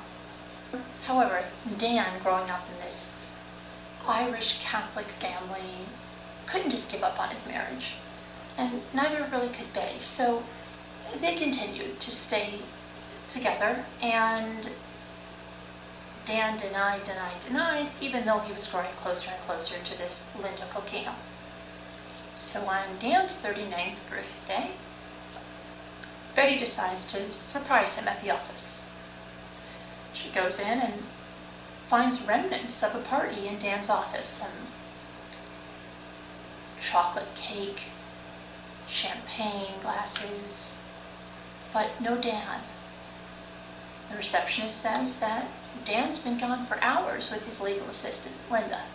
Dan's pretty furious, and she remains in the office, but Dan doesn't come back. Now she's furious. She returns home and grabs all of Dan's custom-made clothing.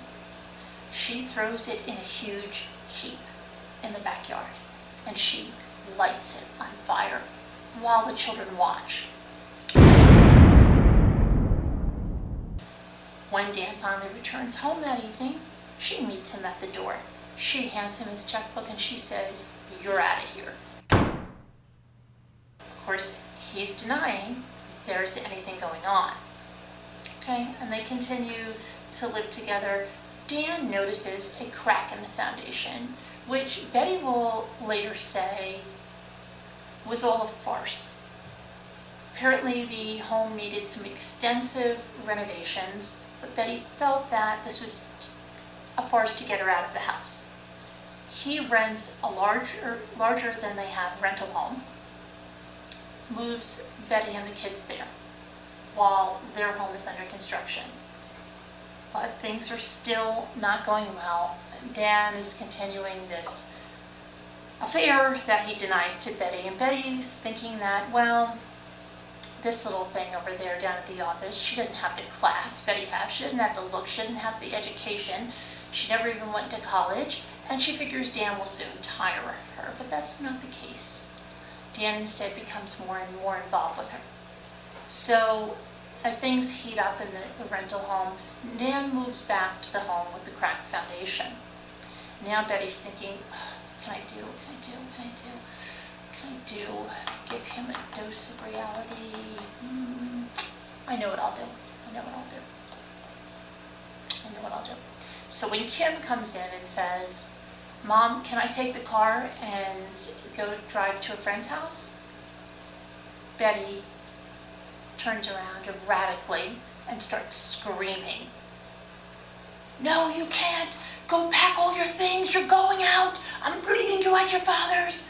And Kim's like, what the heck is going on? And she, so she made Kim pack all of her stuff, and she drives Kim crying, "Please don't leave me, Mom, here," to Dan's house, which is empty, no one's there, leaves her on the stoop. Father comes home, and he's like, "What's going on? Your mother left you here." Yeah. So instead of what Betty thought was going to happen, that he was going to become overwhelmed and beg, for them to get back together and everything and appreciate Betty and all she does, it backfires on her. So when Betty's sitting around thinking like, how did that go wrong? I don't understand. How did that go wrong? All right, I think I know. I think I have to add another kid. So she goes over and drops off another kid at the doorstep. Then she waits. Not working the way she wanted, and Dan is not becoming overwhelmed. Dan is not, hounding her with voicemails or anything. In fact, it's Betty that's taken to the voicemails, and they're quite abusive, okay? So she says things like, well, where are you? I need to get rid of these kids. I'm going to drop another one off. She ends up dropping off the third child and still not getting what she thought. So she's kind of really lost, and Dan is using this now all against her. He's recording her conversations. He is putting this all down. Betty looks at their marriage as pre-1983 and after 1983. She considers it like an axe came down and just went through her entire life in 83. It was Easter Sunday when she dropped Kim, who asked simply could she take the car and drive to a friend's house, when Betty freaked out and told her to pack up all her things she's leaving on the doorstep of her father. And she followed that up with then Danny, then Rhett, and then Lee. When the kids didn't work, then Betty decided maybe she needed to go to the house and do some things. So she, what could she do? What could I do? The kids didn't work. I know what I'll do. I think I'll go to the house with spray paint. I'm just going to spray paint the whole brick fireplace. I'm going to do that black. I'll spray paint the curtains, furniture, mirrors, and smash some things, probably smash a few things in the house. And I think that'll make him, remember the good times with me, like when I threw the stereo at him and he retaliated, with an aquarium off the second floor balcony. I think that'll really be good. So I'm just going to get maybe a couple colors of spray paint. I'm really going to go to the house and I'm just going to do it up good. So she goes to the house while he's gone, and she does exactly that. Spray paints the brick fireplace black. She spray paints the curtains. She spray paints the walls, the curtains. She smashes mirrors. She's just going to town in there and expecting that he's going to come home and, be still my heart. Wow, your mom was here. Okay, didn't work out. Kind of worked out worse than dropping the kids off, really. Who would have thought, right? So, she decides maybe she's got to be a little bit sweeter. So she gets a cream pie. Cream pie, cream pie is sweet, right? But that's really not at all what she was going to do. Instead, she goes to the master bedroom and she spreads this cream pie all over everything in there, okay? In this really crazy, hostile range, she does this.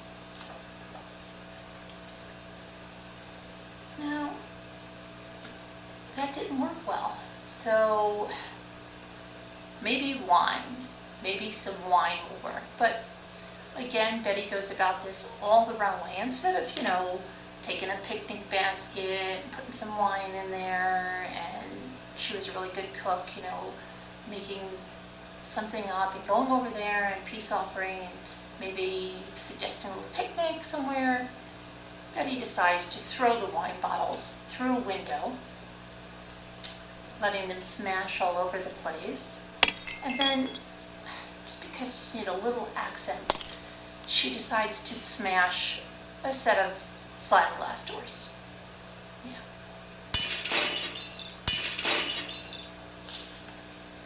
Now, believe it or not, Dan at this time thought, this is not normal. This is not normal. What is going on here?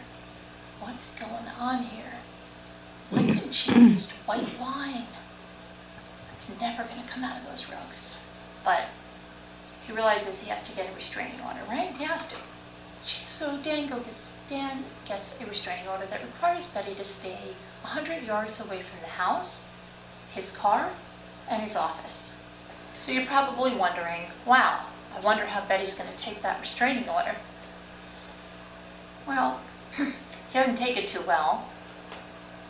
She takes herself to her Chevy Suburban. She takes that Chevy Suburban right on over to Dan's house. What the hell? You think I'm gonna listen to this? 100 freaking yards? I'll show you 100 freaking yards, Dan, okay? I'll show you 100 freaking yards, Dan. Now, at this point,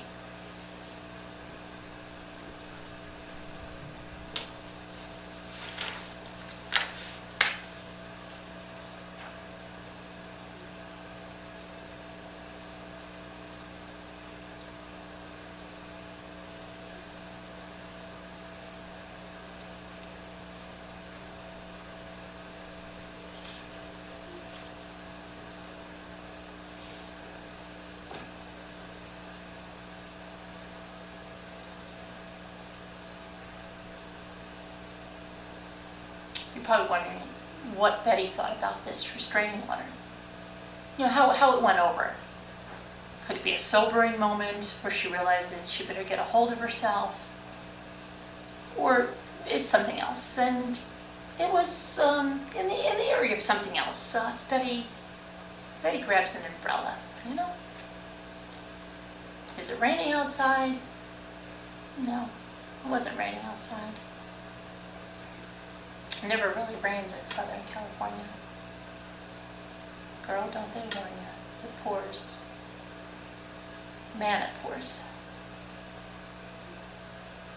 She gets the umbrella, right? She trucks on over to Dan's house in her big, giant Chevy Suburban, right? She's really a force to be reckoned with. She gets out with that umbrella. She puts it right through a picture window at his house.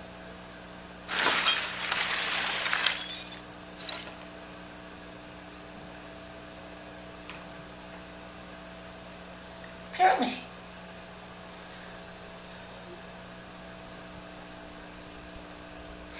I'm sorry. Apparently Betty thought this was going to go over well with Dan.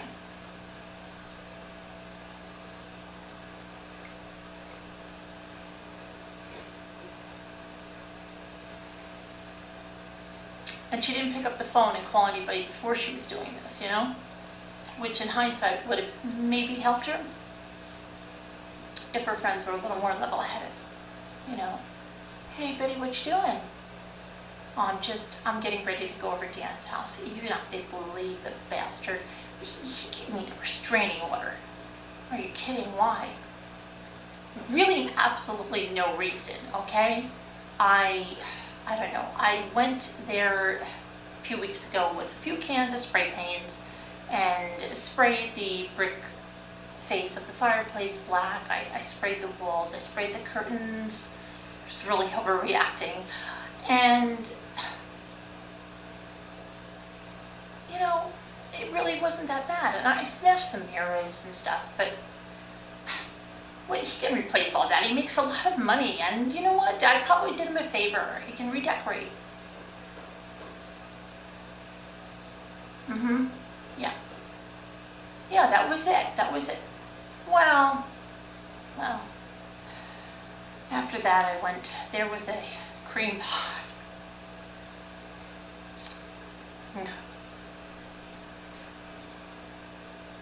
I need a second.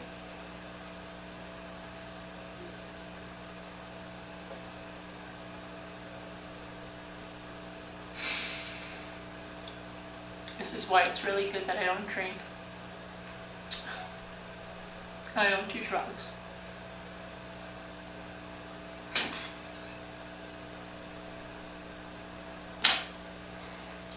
I feel I'm sitting in my kitchen with myself laughing.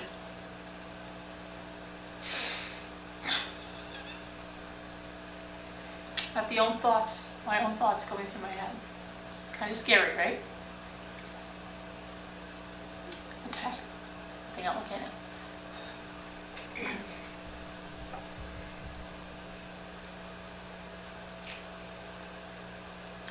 So what did you do then?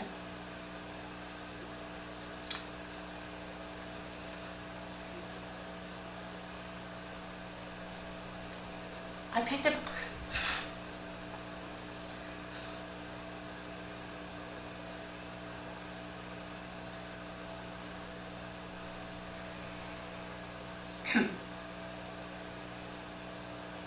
I picked up a cream pie.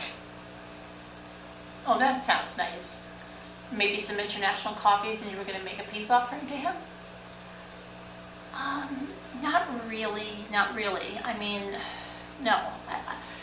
I just got filled with that rage again. I don't know, I got so filled and consumed with that rage again. And I just took that cream pie and I went up to the master bedroom and I just put it over everything. I put it over the walls and the bedding and the pillows and just everything. Wow, he must not have been happy with that. No, he really wasn't. So what'd you do? I picked up a few bottles of wine. Oh, okay. Well, yeah, you know, he likes to drink, so did that go over well?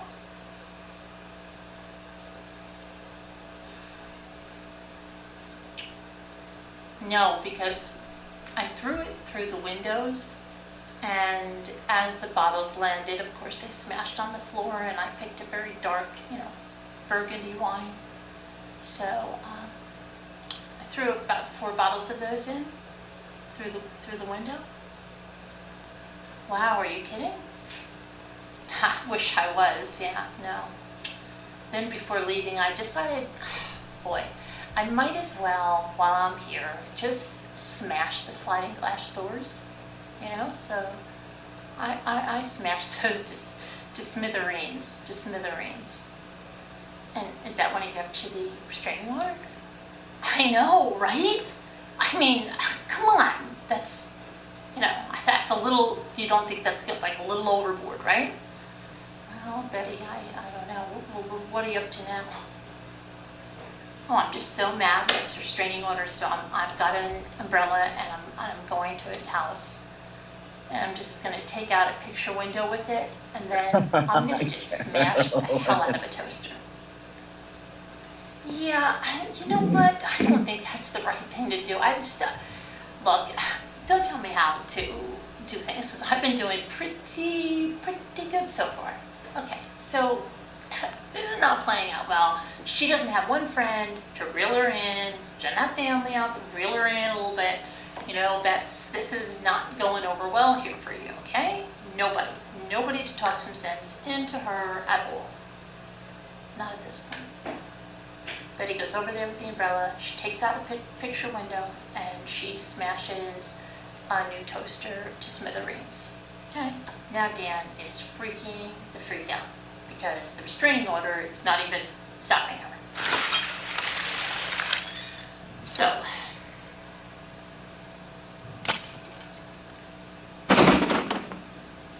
Dan files some criminal contempt charges against her. Things get worse. Dan sells that house right from under her.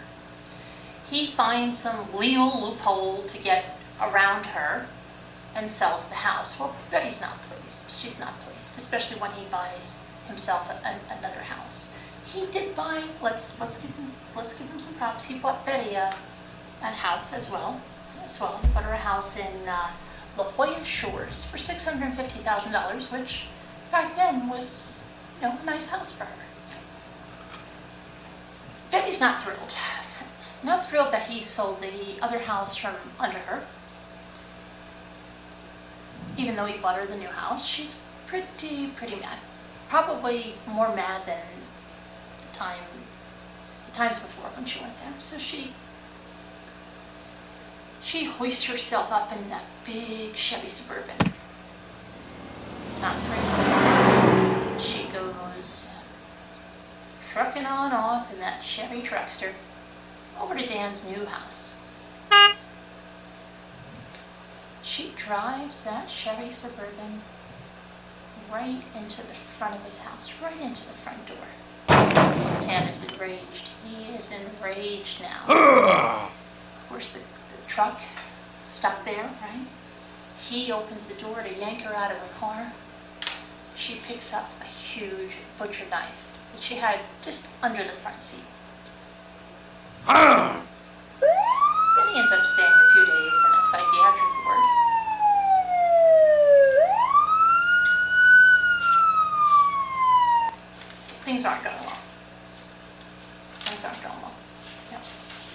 Well, Dan files for divorce. Okay. In July 1986, Dan was granted a divorce, and He's got the kids there. Betty's leaving these horrific messages on the machine. This is a message to Ed and the You have one hell of a nerve dumping the kids here on the sidewalk and zooming away without making any attempt to communicate with me about my plans for the weekend. a few minutes later came another. Ed, come get the kids. I want to get rid of them, but I don't like driving to your neighborhood. Hurry up, come get them. Asshole. And there's even one in which she's speaking to her 11-year-old about how long Dan has been effing his secretary, and did he know that? And the little boy is so sad because he's saying, Mom, just stop it, you're just being mean. And she's like, oh, you like them over me, you know, whole 9 yards. And beyond that, she was leaving really horrible messages for Dan and Linda, who then married. And then Betty claims that Linda was sending her diet aids because she put on about 60 pounds through this, and was sending her things, you know, just things through the mail to enrage her. Wrinkle creams, things like that, okay? And meanwhile, they're happy, the kids are happy over there. Betty's leaving these messages. Now Dan's saying, well, you know, every time you leave one of those messages that's filled with profanity, I'm going to start docking you on your support. And 1 month, you know, she was in the negative area. But a judge said he couldn't do that, okay? It's not like a swear jar. He just can't do that. He would have to pay her the money. Given sole custody of their 4 children. He would voluntarily provide Betty with financial support until the final settlement could be worked out. In a formal letter, he let her know that if the phone messages didn't stop, the money would. From now on, he wrote, when you leave a message or call and use any vulgar or obscene language, you will be fined $100 per offensive word. These fines will be withheld from your support checks. Betty is just not getting any better with any of this, okay? And so on the morning of November 5th, after being served another legal contempt of court, or, you know, whatever he was put, she just gets really upset. She's like, I'm so enraged. So in the early, like right after dawn hours, she decides to go over there. And using her daughter's key, she enters the home. She's got a gun in her purse. She sneaks up to the master bedroom, where Dan and Linda's sleeping in the bed. She fires off 5 shots. Linda was killed immediately, but Dan reached for the phone and he was found on the floor. She claims he was still alive. She was either totally delusional when she told her daughter about it, that they're okay, that he was okay when she left there, and later says that she was going there to actually talk to him, and why did she bring the gun? Well, she was going to kill herself if they couldn't work this out. When San Diego police arrived at the house, they found no evidence of a break-in, but in the bedroom, a grisly scene. The 44-year-old lawyer lay on the floor, a bullet through his back. His wife, 28-year-old Linda Colkina Broderick, was stretched across the bed, the sheets drenched in blood from shots to her head and chest. Police quickly announced an all-out search for their sole suspect in the double murder. We have an all-units broadcast for Elizabeth Ann Broderick, who is the former wife of Daniel Broderick, one of the victims here. We believe she has some information regarding this case.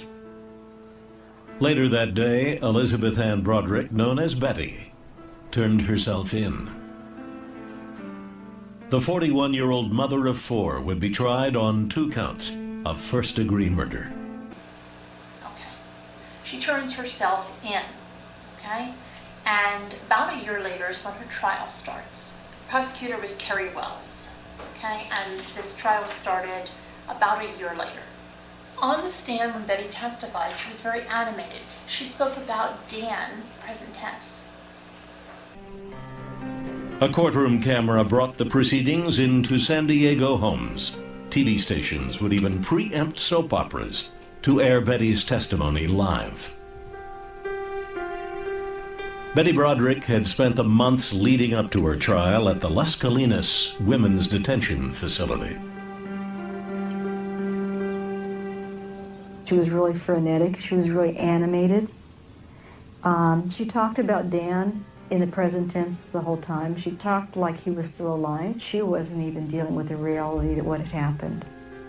So when Betty took the stand, she was talking about Dan in the present tense, and she was acting like he was still alive, and like she had no sense of reality. Meanwhile, prosecutor Carrie Wells tried to show that she was a cold-blooded, calculated killer who premeditated this murder of Dan and Linda. Yet the accused killer had enough presence of mind to devote much of her time trying to shape the public's perception of her case. She answered letters from all over the country. She wrote her children frequently. And she placed collect calls to reporters all over Southern California.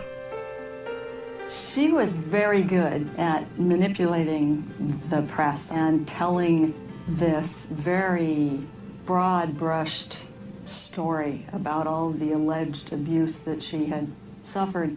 The problem was that once you start looking at her story and once you start looking at the details of what she had to say about how she was treated by the victims, by the system, the vast majority of it was just a lie. California versus Elizabeth Ann Broderick began with prosecutor Carrie Wells describing the defendant as a cold, calculated killer.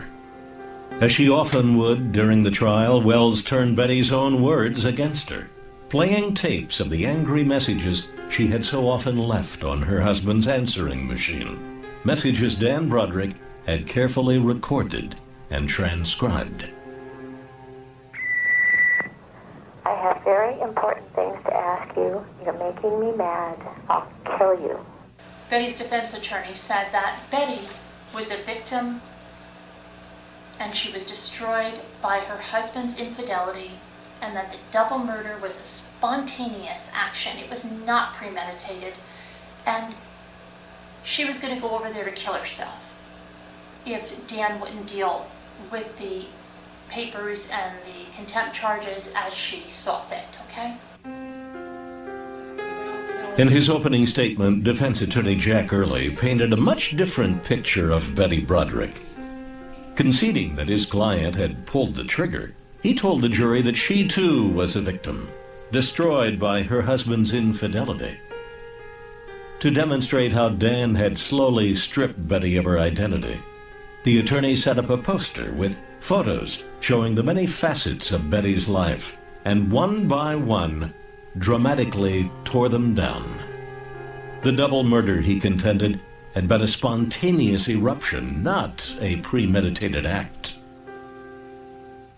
Elizabeth Broderick fires the gun when they move. She has no intention of going there and firing the gun, and their only thought was to kill herself if Dan Broderick refused to deal with her. Her daughter Kim took the stand and testified about her mother's erratic behavior, how she had gotten so mad and angry at her father all the time, how she locked him out of the house, how she threw things at the other children, and stuff like that. The prosecution's star witness was 20-year-old Kim Broderick, the oldest daughter of Dan and Betty. Collapsing into tears several times during her 2 days on the stand, Kim detailed her mother's outrageous and often violent behavior. In the hours after the murder, she testified, her mother had shown no remorse. I said, what happened? And she said, well, I'm not quite sure, but I don't think they're dead because your father was talking and everything's gonna be all right. Just come home, calm down. You know I had to do it. I had no other choice. I couldn't let him win. One of us had to die. Did she ever say that she was sorry about what had happened? No. Did she ever say that it was an accident or she didn't mean to do it? No.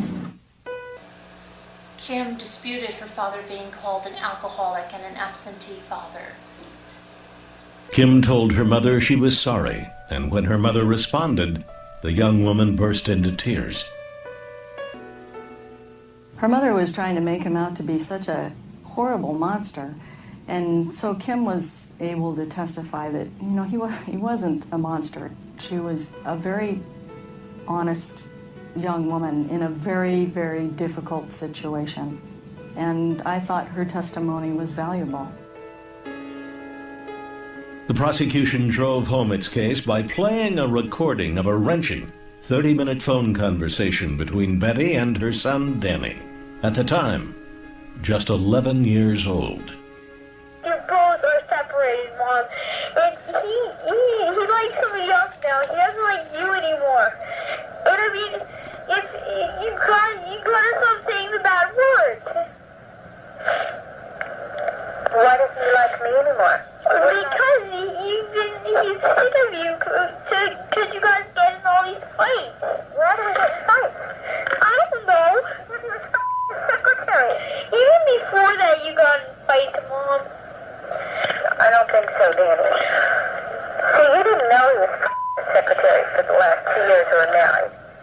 We want to live with you, but you're just making it harder for all of us that wants to live over there. If you stop saying bad words, everybody will be happier. At least I know I will. After tape of Betty's phone messages, threatening, name-calling, mean, spiteful messages, and even the messages that she had with her 11-year-old where he was crying and she was going on and on with him about Dan's new wife and Dan's new life. All of that was being played. The most powerful weapon for the defense was the defendant herself, a raw, emotional Betty Broderick. Occasionally sobbing, she traced her downward spiral, starting with the day she first met Dan Broderick. In riveting testimony, she explained how she reacted as Dan grew more and more critical of her and dissatisfied with their marriage. A lot of this was my fault because I was old and fat and ugly and boring and stupid. And that, you know, he just wasn't having any fun in life anymore. If you're old, fat, ugly, boring, and stupid, you try to be younger. And you go and try to get wrinkles taken off your face that weren't even there. You try and get your teeth fixed. I tried to be perfect. Absolutely flawlessly perfect for Dan Broderick. Nothing seemed to work, she told the jury. She began to suspect that Dan was having an affair with Linda Kolkina, his young assistant. On Betty's 36th birthday in 1983, she became desperate. When the kids went to bed, I slit my wrists and swallowed every pill I could find in the house. When Dan found me the next morning with all the blood in the bed and everything, he started crying. And he said that he wished I hadn't done that what would the kids do without me? And that there was nothing going on with Linda. And how many times can he tell me that there's nothing going on with Linda? And so I wanted to believe him. And in the end, after 3.5 months, it went to the jury. And the jury was out for 4 days. It was deadlocked, okay? It was deadlocked, 10-2. And so there was a mistrial, and the case had to be tried again. This time, ladies and gentlemen, I'll declare a mistrial in this case. Obviously, it's a shame we can't have a final resolution, but that's the way these things sometimes end up. But this time, Prosecutor Carrie Wells knew what she needed to do. She had not cross-examined Betty on the stand, and this time when Betty took the stand, her story changed. And Carrie confronted her with her story changing, okay? So we had that. Carrie went in again with the tapes, with all of this, and... In September 1991, just weeks before the start of her second murder trial, Betty Broderick again found herself in the news. A videotape had been leaked to the media of the kicking and screaming prisoner being dragged by deputies to an isolation cell.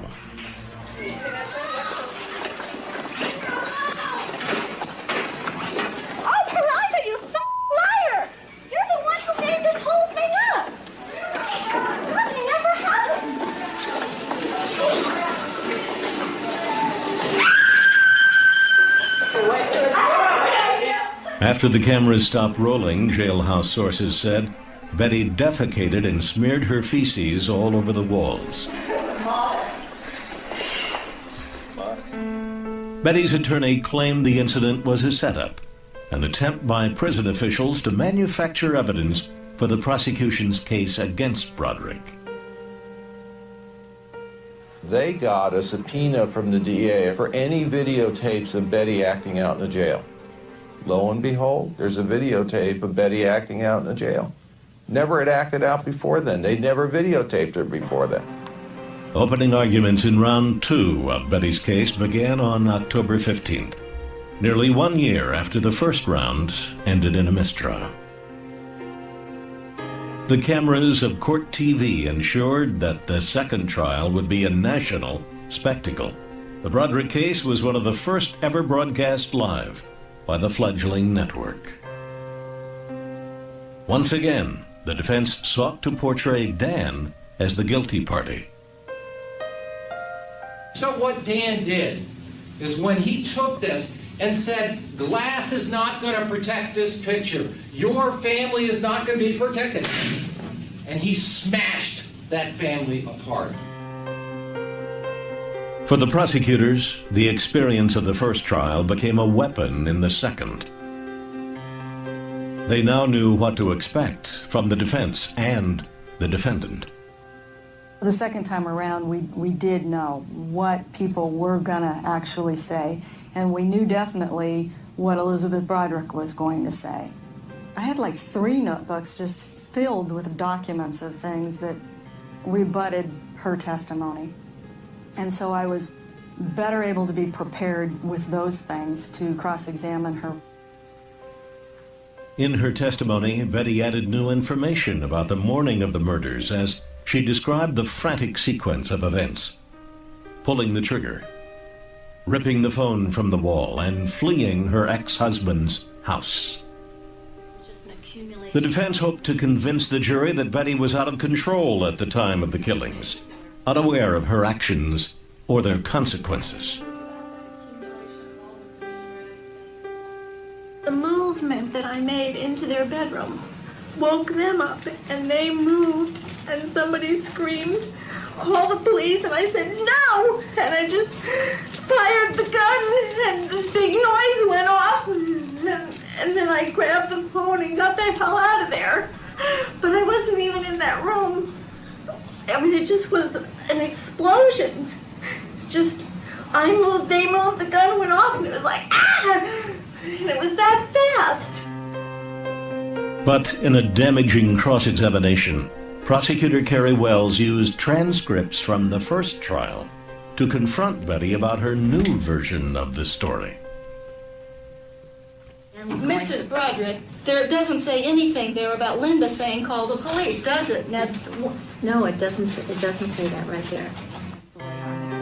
Wells continued her relentless questioning, badgering Betty about the minutiae of her marriage, including details of its violent fights, such as the time Betty got so mad that she threw a ketchup bottle at Dan.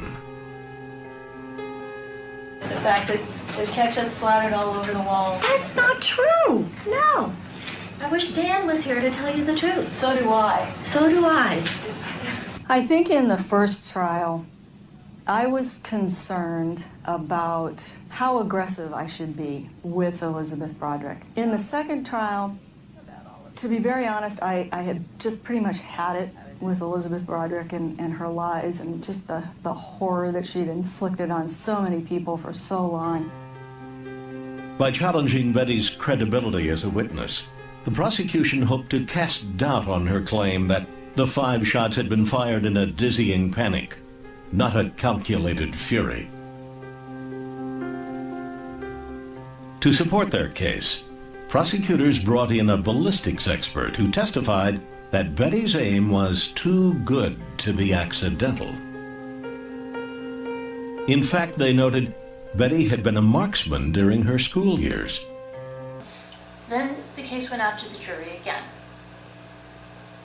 And this jury had one holdout. And what the foreman did was he went and he got that tape of Betty's conversation with the 11-year-old and he played it. And that tape seemed to do the trick, and they were unanimous in finding her guilty on second-degree murder. Okay? It wasn't premeditated.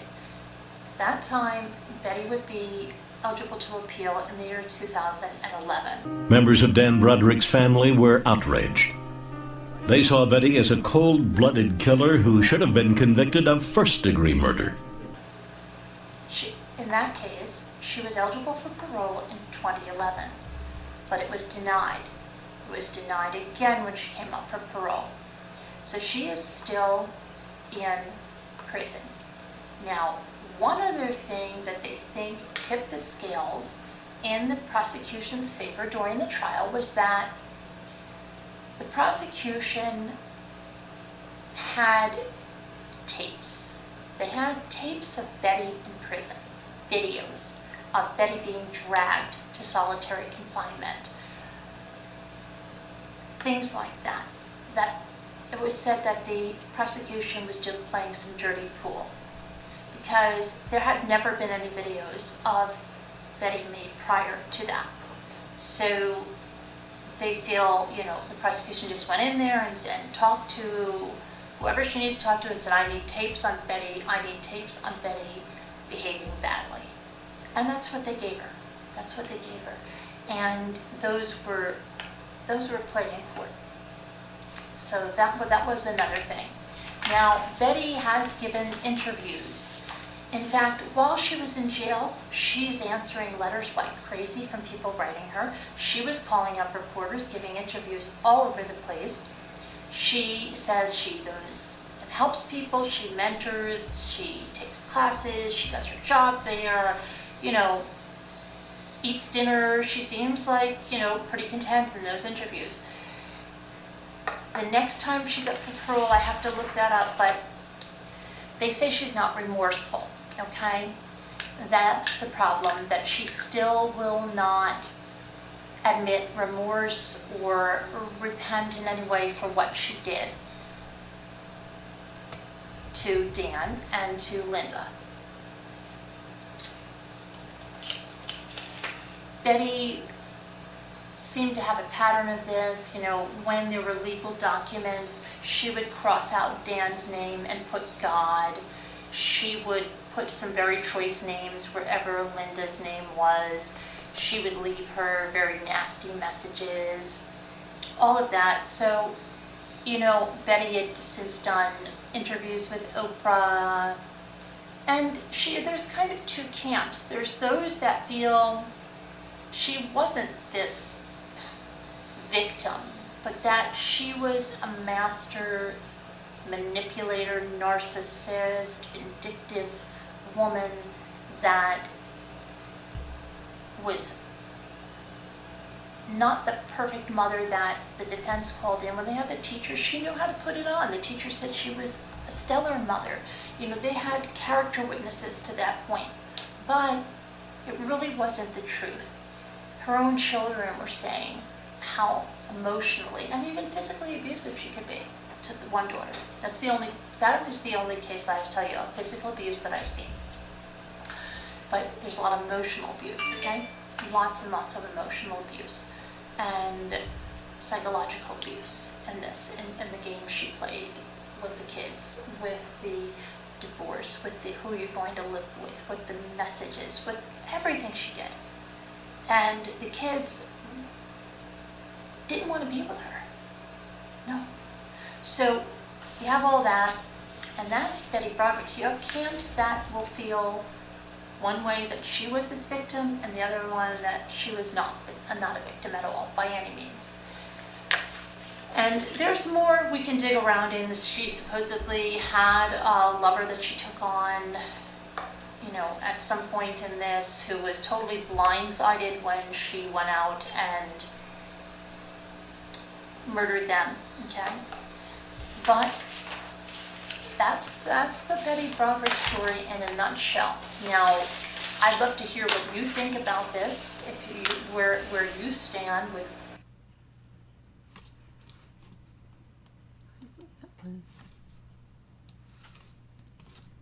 So that was a little different, right? That was awesome. I like that. That was really good. But you should have seen when we did it, because when we played it, we played it in a premiere where I was in the chat, and there are some people that later on they're like, don't ever do sound effects again, don't ever do it again. But they weren't regular people, but there were people that were so pissed off, but they weren't regular people, so I think they were trolls back then, but they were really pissed off with it. My power just flickered. Oh, really? Yeah, It is flickering snowing right now. so heavy here, it's crazy. I need to charge my phone. I gotta plug it in. I feel sorry for her, Jeanette says, but she is cold-hearted murderer. I am in the gray zone. She kind of went about it the wrong way. Yeah, a little bit, you think? A little bit overboard. A little tiny bit. But a lot of people related to her because she put him through school, you know, and all that stuff. And then he left her for the younger woman. Yeah, but you don't put someone in school for you. You put someone in school for them. That's the thing. She was doing these things for herself and not for him. Seemed a little selfish to me. And then she took his life. She was scary. Mm-hmm. She was just really scary. Yep. Sure was.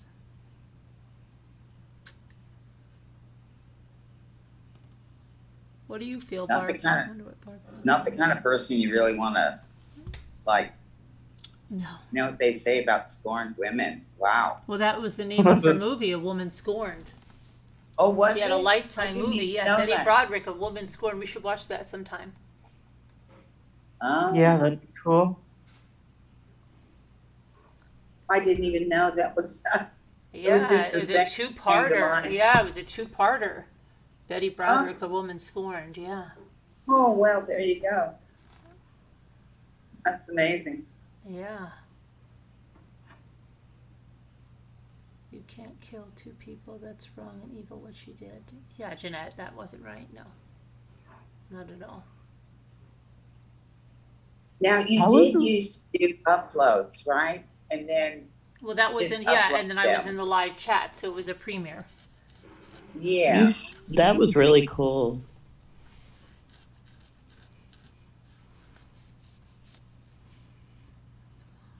Mm-hmm.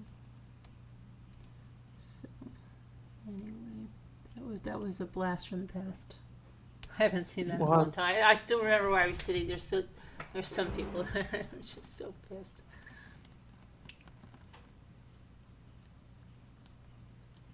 I watched all those ones. Mm-hmm. Let's see. I think you were on every night, my time every night. Mm-hmm. Or I had the premiere, I mean, or Yeah. whatever they were. Right. Premieres, yep. Let's see. I wonder what Betty Broderick's story is.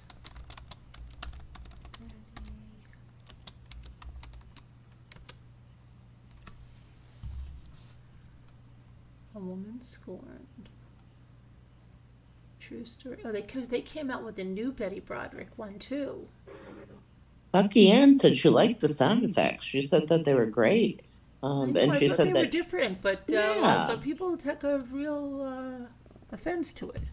well, you know what? You can't please everybody, and sometimes you can't please anybody. You just do you, That's know? true. That's what I'm saying. Oh, yeah, Jeanette said Meredith Baxter. Yeah, Now that was I in that one. It was in the old one, but then they also made one on the Dirty John with somebody new, and I thought we did see that one, but I think we did see it in here, but we should see it again. Heck yeah. I'd like to How see did we get to Betty Broderick? That's what I'm confused about. Oh, because I was just showing an old movie, an old video, Okay. because it was different with the sound effects. It would have been a Friday flashback. I remember it. I Saturday remember. already. Yeah. Thursday throwback, Friday Thursday. flashback. Yeah. This is fun. Throwback Thursday, actually.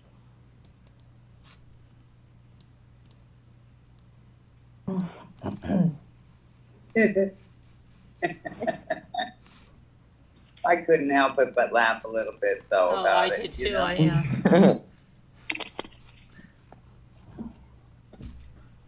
Oh my gosh! All right, I think I'm gonna sleepy. So I'll call. I have to. Let me start a new. I'll start a new Zoom as soon as we go off. All right, everybody. Thank you for coming in. We'll see you. I don't know where I'm gonna get to the thing. See you tomorrow. God bless. Prayers for all, and stay well. Be safe in the storms. Be safe and hit the light. Christian. Please. Good night, everyone. All right. Good night, everybody. Bye.